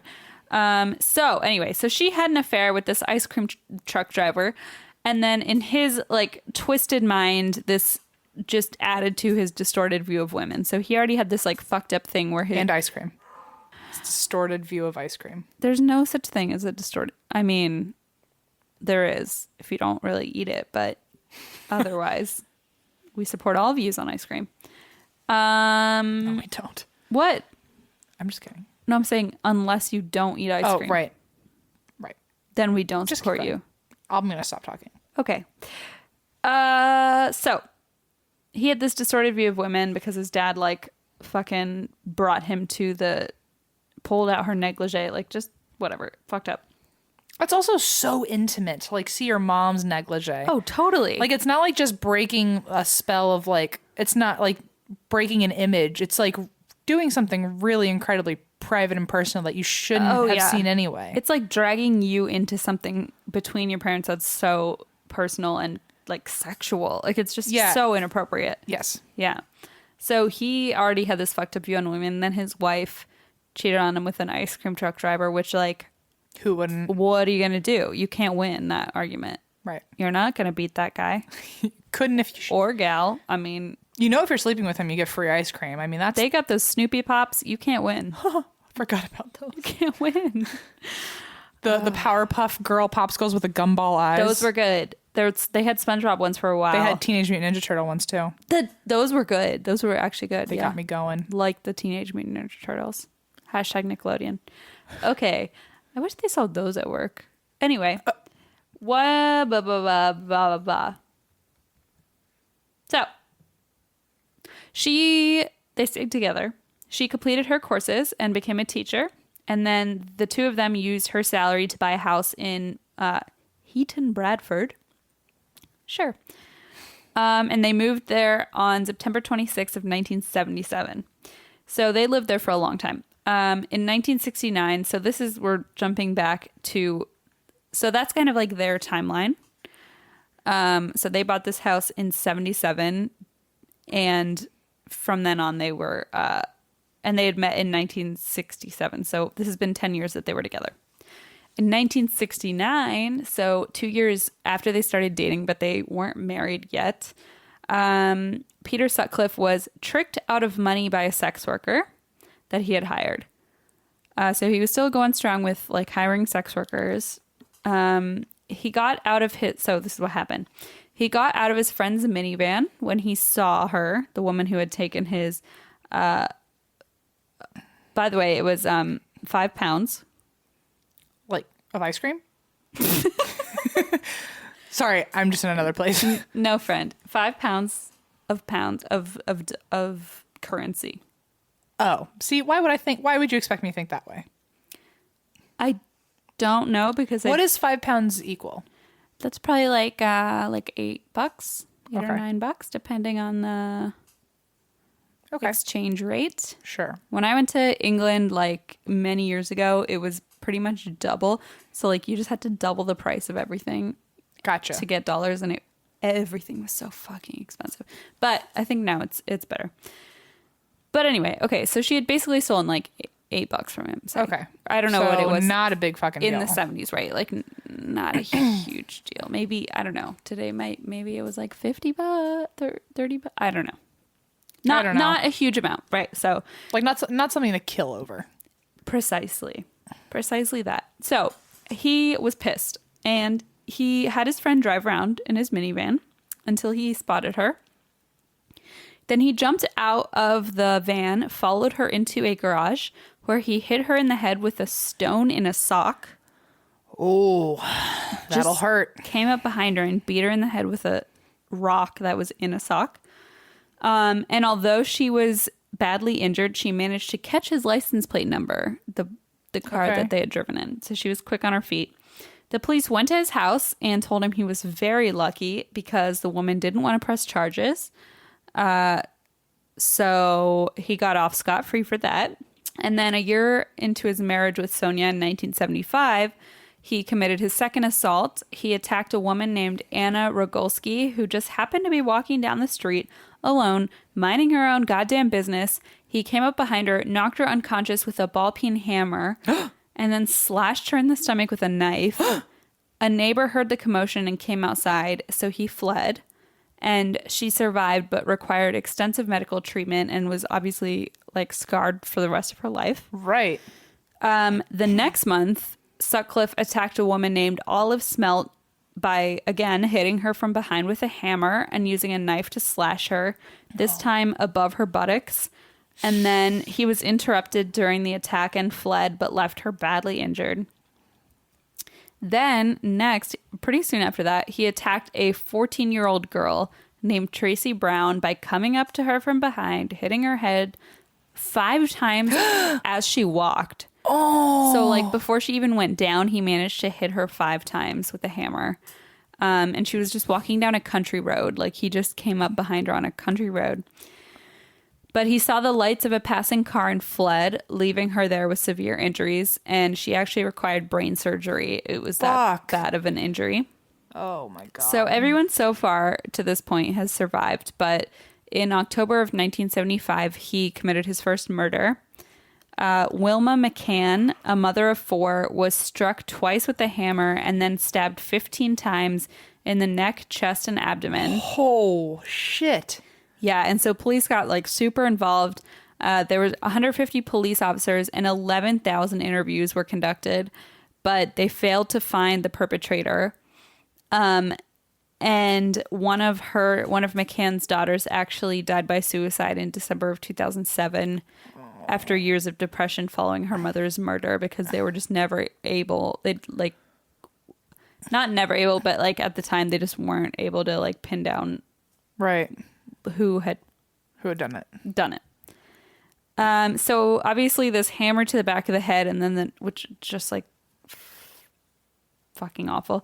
And then the knife slashing became his MO. Exactly. He would also always leave the bottom half of his victims exposed as a final insult to women. So he would like attack them and then just like pull down their clothes and pull their shirts up and their bras up over their breasts, especially sex workers. This was like a habit of his. So 3 months after his murder of McCann, which was his first murder, that's known at least, he murdered 42-year-old sex worker Emily Jackson, who had actually been in dire financial straits and was using the family van to exchange sexual favors for money to try to keep her family afloat. Sutcliffe hit her on the head with a hammer and then stabbed her 51 times. Holy fuck. With a sharpened screwdriver. I know. Oh, no. In the neck, chest, and abdomen. Oh, no. He stomped on her thigh so hard it left a deep imprint of his boot. And she was killed. On May 9th, so a few months later, 20-year-old Marcella Claxton was walking home from a party when she accepted a ride from Sutcliffe. She got out of the car to go pee, and Sutcliffe followed her out of the car and hit her from behind with a hammer. She survived and actually ended up testifying against him at his trial. And although she survived, she had actually been 4 months pregnant at the time of the attack. Don't say it. I know, and suffered a miscarriage because of it. So she was obviously traumatically affected as well. Only 20 years old. On February 5th, Sutcliffe attacked another sex worker named Irene Richardson by bludgeoning her to death with a hammer. And then after she had died, he mutilated her body with a knife. So he was just going like... He just had no... batshit. Wow. Just like taking things just out of control. And then 2 months later, he killed a sex worker named... I mean, this is literally like a month after month. He's just fucking following random, and it's not even all sex workers. Like some of them are teenagers. Why are girls still walking around late at night then? Was there Because we're in the city. Like you can't, I mean, people have to go to work. People have to go to school. He went to college campuses. Like, yeah. And that was another big thing is like women started a movement later that was like women shouldn't have to like not walk on the street because that's true. Is, it's just awful. But what are you going to do if like your livelihood depends on getting to your job or whatever, I know. It's awful. It's awful. It really does. So 2 months later, he killed a sex worker named Tina Atkinson. And a lot of these were sex workers, so he would hire them only to kill them on the job. Not all of them, which was an interesting MO. Like, he didn't just kill sex workers. Sometimes he would just randomly pick a girl or a woman, right? Like, off the street. I bet he thought something along the lines of, like, I mean, even if if there was just, like, an innocent random person... He would probably thought like my mom. I thought she was innocent. Like maybe they have some dark story that I think you're right. Like I don't have to know what happened. I know they're probably got a dark past. Yeah, he clearly had like a very twisted view on women. Yeah, whether it was a sex worker or a 16-year-old girl. Yeah. So who knows? Lately, every night at my house has been a First Leaf night.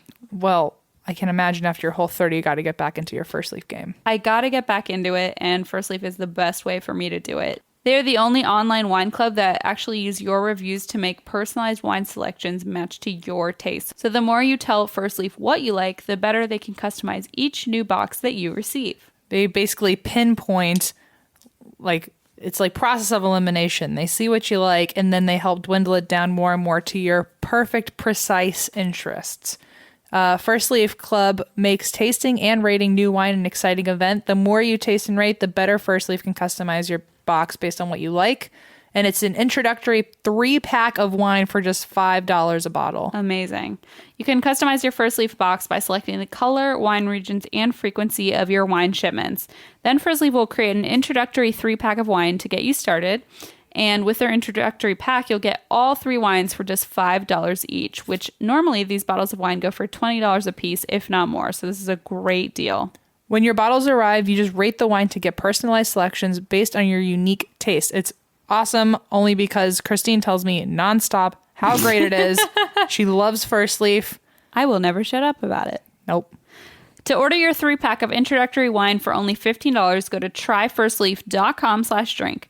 That's 3 wines for only $15 on your first order at tryfirstleaf.com/drink. Experience First Leaf today at tryfirstleaf.com/drink. So Tina was killed in her apartment, and then 2 months later, he murdered a 16-year-old girl named Jane McDonald. And she had not been a sex worker. So now the entire female population in the area was like in full-on panic mode. And women were like not leaving the house, not going to work, not going to school, just in total disarray over it. Because clearly it wasn't just sex workers. Like seemed to be just random. Mm-hmm. So that July, so people were freaking out, but like, you can't stop everyone from leaving their house. So that July, Sutcliffe assaulted another woman named Maureen Long, and he was interrupted by a witness and fled, leaving her for dead. And the witness misidentified the make of the car. So after 11,500 interviews and thousands of cars that had been checked, they were not able to pinpoint the perpetrator because someone had misidentified the car. Have you ever watched that show, Brain? No, it's not Brain Games. What's that show? Yeah, I know what you're talking about. Is it Brain Games? Yeah. My dad likes that show a lot. Is it the one where, well, maybe it is that one, but it's the show where they kind of talk about like human patterns, like behavioral patterns and psychological patterns. And they did one about like witnesses to accidents and how like fucking wrong people are. Yeah. Like how they just don't remember colors or speeds or... And then they're so confident in it. So they think it's because your brain like literally creates a story, whether you... Yeah, because you want an answer. Yeah, and you recreate a story in your head, and it depends on how you ask the question. So if you say like, how fast was the car like careening toward the other car, you're more likely to say 60 miles per hour than if you were to say, how fast was the car driving toward the car. It's just fascinating. Anyway, so the witness was like totally wrong with the type of car, and they just went completely off the path and weren't able to catch the perpetrator, unfortunately, because he was about to do a lot more shit. So over the course of the past few months, so everything I just meant, literally every single thing I just mentioned was in a 9-month period. Jeez. So he had murdered a total of 5 women, and that's in addition to all the like violent assaults. Right. And he had gotten away with every single one. In October of 1977, 21-year-old Jean Jordan became his 6th victim. Sutcliffe realized he had left behind... Okay, so he murdered her. Then he realized he had left behind a 5-pound bill and was worried that it could be traced to him. So after hosting a family party at his new home, he returned to the location where he had dumped her body to try and find the bill, but he could not find it anywhere. So instead, he mutilated her corpse and then moved it elsewhere. And the following morning, her body was discovered by a local dairy worker.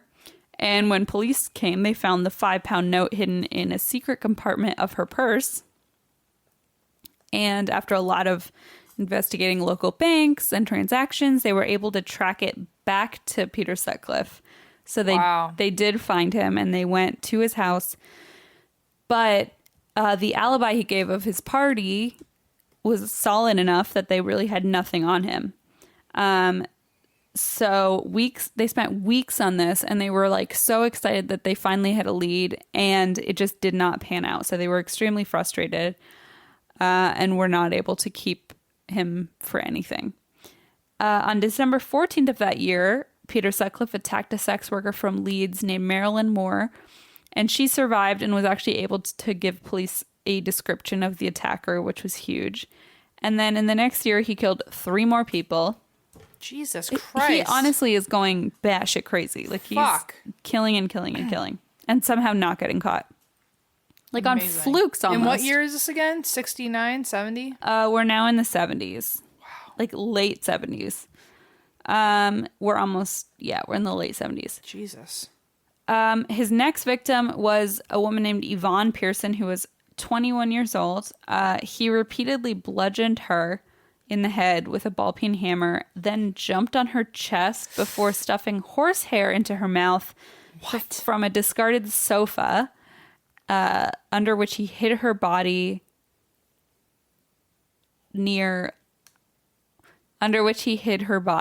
after he had killed her. And they didn't find her body for almost 2 months. Oh my God. Yeah, it's really fucked up. And then 10 days after that, he killed... So, 10 days after he killed Yvonne, so like still a month and a half before they even found her body, he killed an 18-year-old woman named Helen Ritka. She was a sex worker, and he struck her on the head 5 times as she exited his vehicle. Then he stripped most of her clothes from her body, although he kept her bra and her polo neck jumper above her breasts and left them there, like exposing her. And then he repeatedly stabbed her in the chest and left her body beneath some railway arches. And her body was found 3 days later. And then on May 16th, he killed a woman named Vera Millward in a car park. And then after that, his mother, Kathleen, died. And he spent a year not killing anyone. So there was like a break in his... So it's related. Yeah. So she died in that year. And during that period, he didn't attack at all. But then a year later, on April 4th, 1979... Sutcliffe killed a 19-year-old building society clerk named Josephine Whitaker, and she was walking home through a park, and he attacked her. It's just, that really upsets me. And even though police did have forensic evidence to tie him to the murder... Don't tell me they didn't bring him in. Well, here's what happened.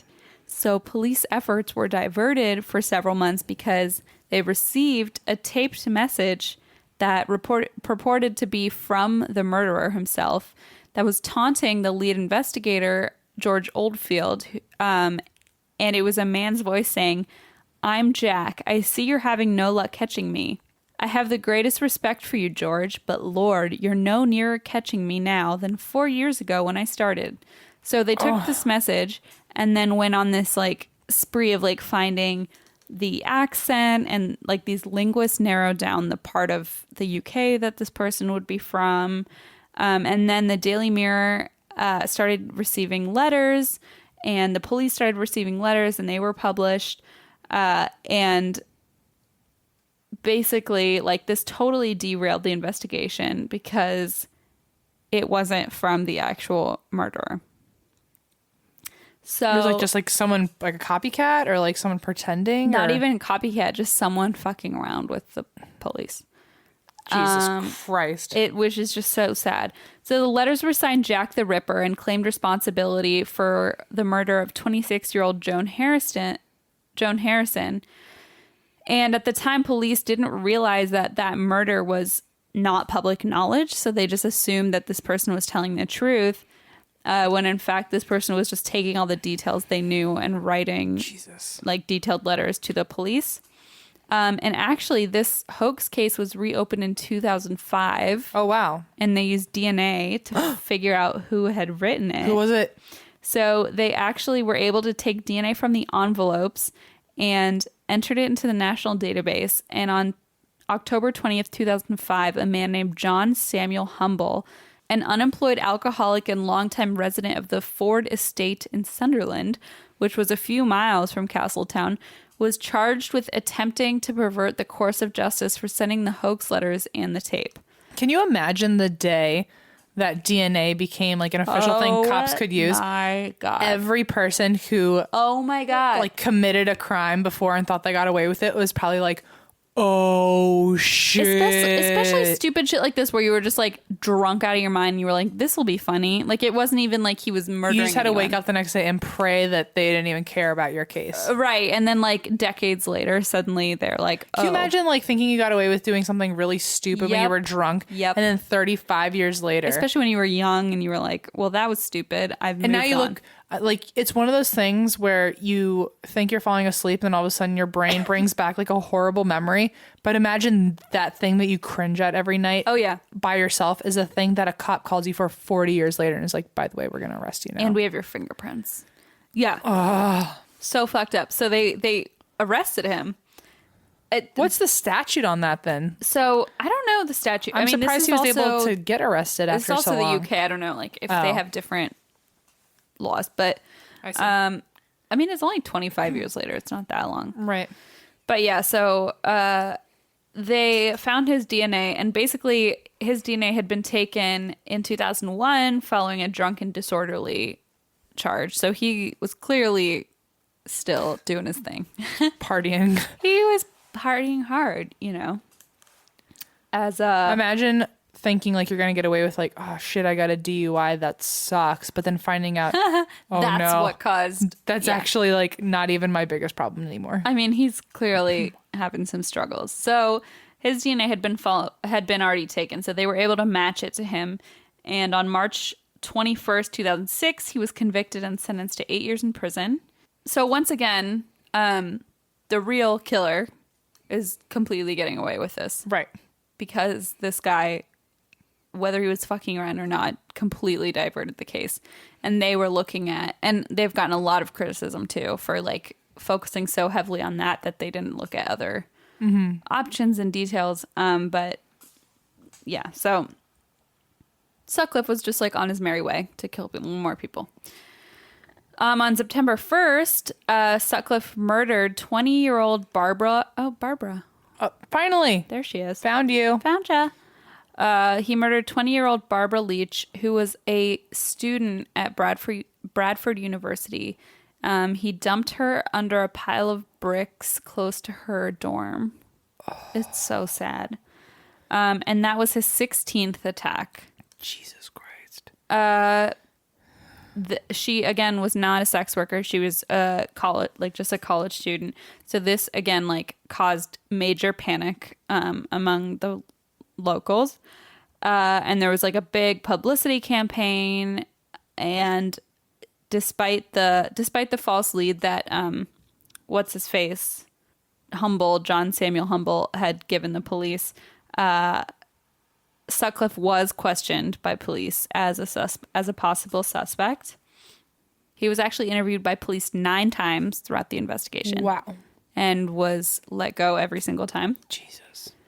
In April of 1980, Sutcliffe was arrested for drunk driving. It's all these drunk driving people that are getting in trouble. Maybe that's the lesson here, guys. Guys, if you were to take anything away from all this, it's that I need to marry an ice cream man. I don't know. Just trying to lighten the mood. The moral of the story. Okay, anyway. Is Snoopy ice cream. So while Sutcliffe was awaiting trial for his drunk driving charge, he killed 2 more women. Jesus. While awaiting trial. He murdered 47-year-old Marguerite Walls and then 20-year-old Jacqueline Hill, another college student. He also, during this time, attacked 3 other women who survived, but he still, gravely assaulted them. Jesus. On November 25th, one of Sutcliffe's associates named Trevor Birdsall reported him to the police as a suspect, but the information vanished into the paperwork and it was never followed through. They didn't realize until later that he had been reported. They just never followed through on it. So that just gives you an idea how many times people were like, maybe look at this guy. Excuse me. It might be a good idea, but whatever. On January 2nd, 1981, Sutcliffe was stopped by police with a 24-year-old sex worker in his car. Oh, my God. Her name was Olivia Ravers. And when the constable, we're in the UK. Right. I was like, what? There is a constable here, too, by the way. Nuh-uh. Yes. I should know that. When the constable realized that Sutcliffe had false license plates, he arrested him. And while he was getting arrested and being read his rights, etc., Sutcliffe said he was, quote, bursting for a pee. All right. Yeah. Well, yeah. All of us are. I mean, you get it. I'm there. I'm there. We're all bursting for a pee. And asked if he could go behind that bush over there and go to the bathroom. So the police were like, okay, and let him go to the bathroom. And he then cooperated and they brought him into custody. They questioned him in... Weird.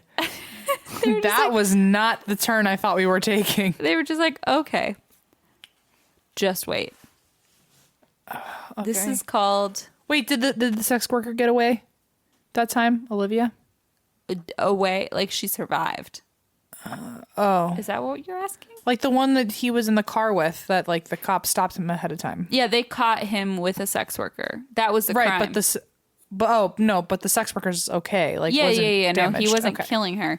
It was just he was just caught with a sex worker, and they were like, okay, this is a routine. I'm just asking if she got away before. She's fine. Okay, got it.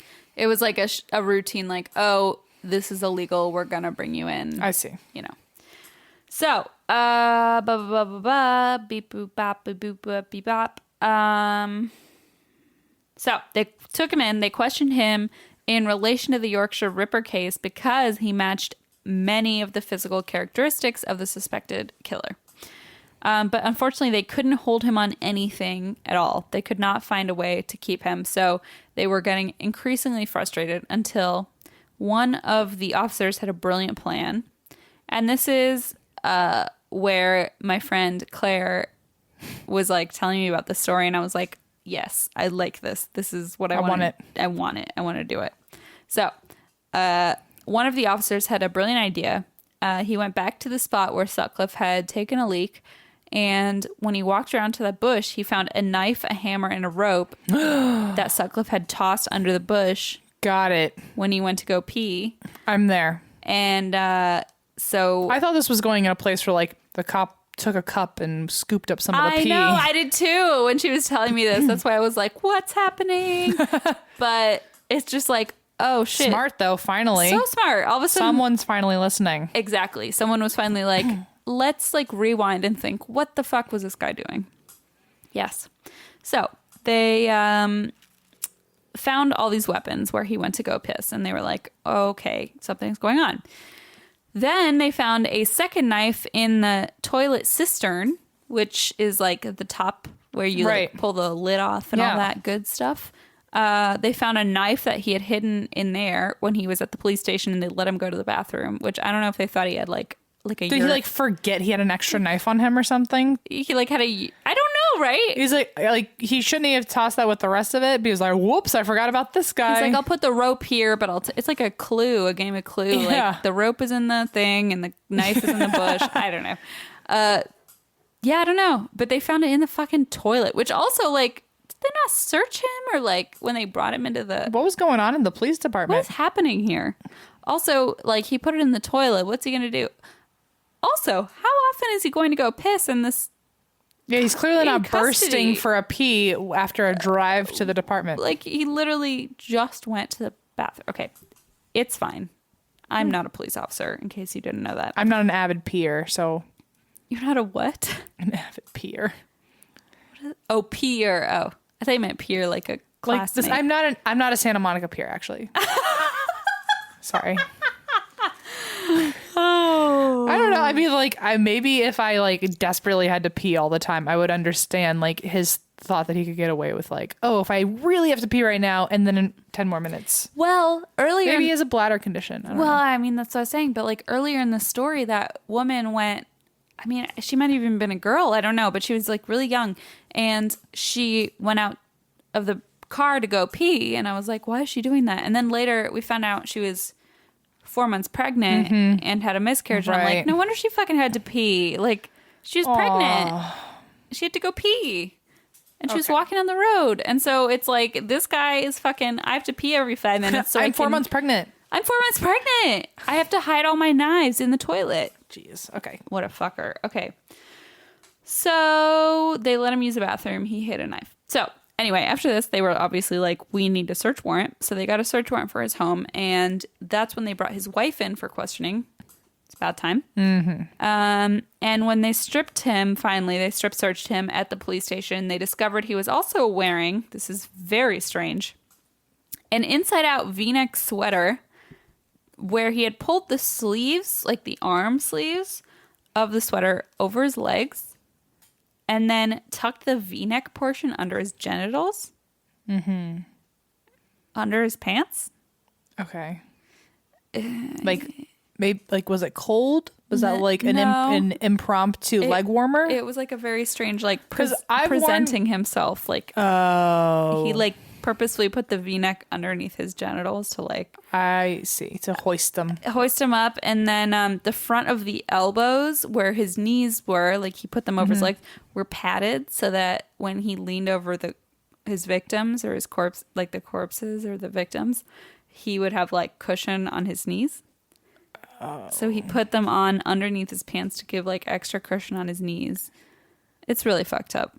See, originally that was not where I was going with that, because like I've worn my sweatshirt as sweatpants before. Long johns, right? No. Yeah, I'm like, oh, I have a sweatshirt next to me and I'm too lazy to get a blanket or sweatpants, so I'm just gonna put them on my legs. Very different. But not to murder someone. Not to do any of the things you just listed. Not to really hover over a corpse, really. Usually, not always. Not always. So after 2 days of intense, so at this point they were like, "What the fuck, guy? Like, you did it. Spill it." After 2 days of intensive questioning on the afternoon of January 4th, 1981, Sutcliffe suddenly declared that he was the Ripper. Over the next... That was easy. Yes. After 2 days of questioning, he finally was like, yep, it was me. And then over the course of the next day, he calmly described his many attacks in detail. And then weeks later, he claimed that God had told him to do it. Okay. You know. Okay. As God does. As God does. So he apparently only displayed emotion when he was telling the story of his youngest victim, Jane. And when he was questioned about the murder of Joan Harrison, he vehemently denied committing it. And that murder had actually been linked to him through the it was called the Wareside Jack. So the guy who called and made all those like recordings and like they called him Wareside Jack because linguists determined that his accent was like a Wareside accent. Okay. So they called him Wareside Jack. So they had connected another murder of this woman named Joan Harrison to Wareside Jack, but he was vehemently denying that like he had anything to do with it. And then it wasn't until 2011 that DNA evidence actually proved that murder had been convicted by like a completely different person who had, okay. Well, at least he's finally honest. right. He was like, I didn't do that one. So, and that guy had died in 2008. So it's just interesting that guy who had left those messages and stuff like really fucked up so bad. Like that's amazing. He like, and not in a good way. Just truly an amazement. Truly, he probably could have prevented like many people from dying. It's really imagine that guilt. Going to bed with that every night.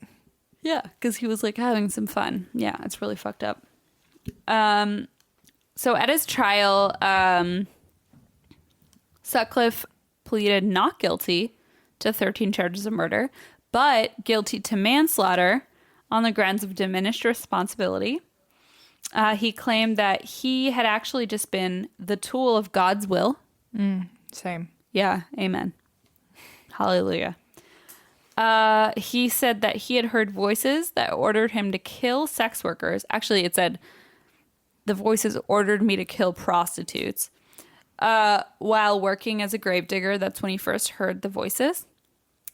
And then he said that the voices actually originated from a headstone of a deceased Polish man. Oh, my. Named Bronislaw Sapolsky.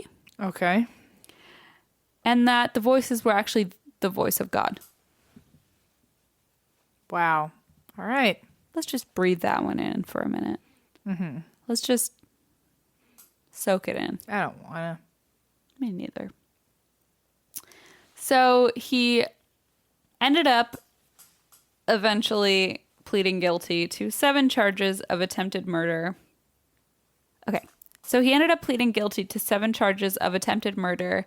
The prosecution was planning on accepting his plea after 4 psychiatrists diagnosed him with paranoid schizophrenia, but then the trial judge demanded like a really detailed explanation of the reasoning, which is pretty uncommon. And so after 2 hours of an explanation by the attorney general, and then a 90-minute lunch break and another 40 minutes of legal discussion, the judge rejected the diminished responsibility plea and the expert testimonies of the psychiatrists and insisted that the case should be dealt with by a jury. So he was like, I'm not going to buy this like insanity move. Exactly. And it was really out of the ordinary because typically a judge wouldn't go that far to like disprove that. Right. Anyway.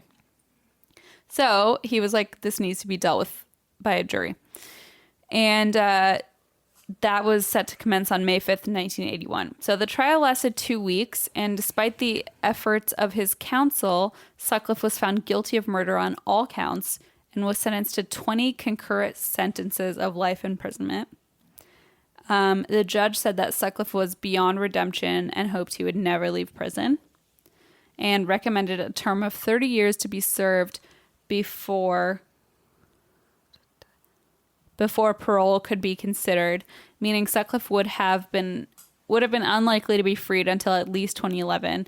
And then on July 16, 2010, the court issued Sutcliffe with a whole life tariff, which is pretty uncommon, but it basically means he has it's like life without parole. Like he just can't leave. Wow. Ever. And apparently only a handful of people received that. Wow. Crazy. Yeah.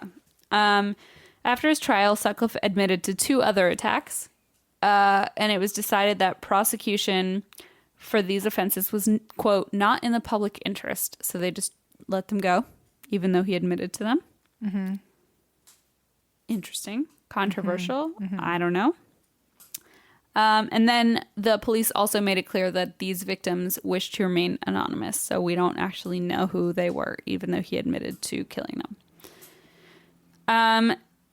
all in all, he was convicted of murdering 13 women and attempting to murder 7 others. But at the same time, it's believed that there were a lot of other victims that didn't come up in the trial or, he wasn't technically charged with. Right. And actually in response to the police received a lot of criticism about how they handled the case. And in response, the Leeds Revolutionary Feminist Group organized a number of Reclaim the Night marches. So the group and other feminist group had criticized the police for victim blaming, especially the suggestion that women should remain indoors at night. And 11 marches in various towns across the UK took place on November 12th, 1977. And basically their point was that women should be able to walk anywhere without restriction and that they should not be blamed for men's violence. So it kind of like created this counter movement of like, it's not our fault. We shouldn't have to be the ones who like hide and whatever. Right. And then following his conviction and incarceration, Sutcliffe changed his name to Peter Coonan, which was his mother's maiden name. Okay. Just take that for what you will. It's emotionally bold. Just, absorb it. Okay. And then despite being found sane at his trial, he was later diagnosed with paranoid schizophrenia. And then attempts to send him to a secure psychiatric unit were blocked. He was assaulted several times in jail, once by a man named James Costello, a 35-year-old career criminal with several convictions for violence, who followed him into the hospital wing at Parkhurst Prison and plunged a broken coffee jar into the left side of his face. Fuck. Creating 4 wounds that required 30 stitches. While he was in jail, in 1982, his wife obtained a separation from him and then divorced him in 1994. So that was 12 years later. Wow. On February 23rd of 1996, Sutcliffe was attacked in his room. Paul Wilson, a convicted robber, asked to borrow a videotape, then attempted to strangle him with the cable from a pair of stereo headphones. And then after an attack with a pen by literally a fucking ballpoint pen, by a fellow inmate named Ian Kay on March 10th, 1997, Sutcliffe lost vision in his left eye. So he was completely blinded in his left eye. Oh my God. And his right eye was severely damaged. On December 22nd, 2007, Sutcliffe was attacked by a fellow inmate who lunged at him with a metal cutlery knife while shouting, quote, "You fucking raping, murdering bastard. I'll blind your fucking other eye." At least someone's doing it. Someone needs to set the record straight, man. But while he was being attacked, Sutcliffe flung himself backwards and the blade missed his right eye and stabbed him in the cheek. Okay. He told police this year, or like a few months ago, that I think it was actually the end of 2017, so not technically this year, but a few months ago, he told police that, and prison officials that he thinks he will be dead within a year because of his failing health, and he would like to go back to the prison that he was at before so that he can be with his friends. I know. And before Christmas, he was like, "It's the holidays. I want to go back and be with my old friends." And they were like, "That's not how this works." Yeah, you're in prison. But he did get like LASIK eye surgery for his eye problems. And some of the victims' families are very pissed. Yeah. Because they're like, why is the government paying for his LASIK eye surgery? Like, yeah, let him fucking pay for that at the very least. Or like, why are we even? Yeah. So it's kind of controversial in that regard. But he believes that he should be allowed back for Christmas with his friends. Whatever. He's now 71 years old. He's actually, this year in 2018, has been questioned regarding 17 unsolved attacks that are very similar in MO to the ones that he was convicted of. And they're thought to bear chilling similarities to the crimes that he actually did admit to committing. And the list of attacks is thought to include several that include hammers as a weapon. just like what he used on all his other victims. And he recently wrote a letter because he was accused of potentially having something to do with 2 men who died. And he wrote a letter that said, "Yes, I did some bad things, but I just want people to know I did not attack or murder any males." Oh, wow. Because that makes you feel a lot more... Brava. Brava, indeed. But West Yorkshire Police decided in February of 2018, so literally last month, that it's not worth it to charge him with any more offenses because he's basically there for 20 life sentences. And it's kind of sad because I understand they have other stuff to, I guess, work on, but... No, but I get it. Yeah. So that's the story of the fucked up dude named the Yorkshire Ripper. Wow. Thanks, Claire/Ava Woods, author. Thank you for that disturbing little story that I can't get out of my head for the rest of my life now. That little ditty. You know what fucked me up was when you did Jack the Ripper. Mm-hmm. That was pretty fucked up. Oh, thanks. It's like alarming to hear the violent stuff from another person because I feel like I already know it. So saying it is I'm so normalized to you telling me horrible things. I now. know. I must have just like traumatized you to a point where you don't react. I'm just like, oh yeah, got stabbed. When you were telling me about like Jack the Ripper, I feel like that one wasn't even that bad compared to so many other things that you've had to tell me. I think it was just like I get through it when I do notes and then I tell you, but like just hearing it for the first time is like, wait, what? Oh yeah. Anyway, so that's my story. Oh, good. Just do your thing. Do your thing. Thank you guys for listening. You can find us on Facebook, Twitter, Instagram at ATWWD Podcast. You can also find our Patreon at patreon.com/ATWWD Podcast. Please, please, please donate. You don't realize how much you help. We also have a website, and that's where we drink.com. We have a store, and that's where we drink.bigcartel.com. We also have our email, and that's why we drink@gmail.com, where you can send in your personal true crime/paranormal stories because we put out a new listeners episode every first of the month. Yeah, we do. You can also follow us on our personals, VM Schultz and X-Teen Schieffer. Aren't we supposed to do a Facebook Live? I fucked up because... Oh, we also have not done a Facebook Live this month. What about next Saturday, the 31st? It's the last day of the month. Oh, okay.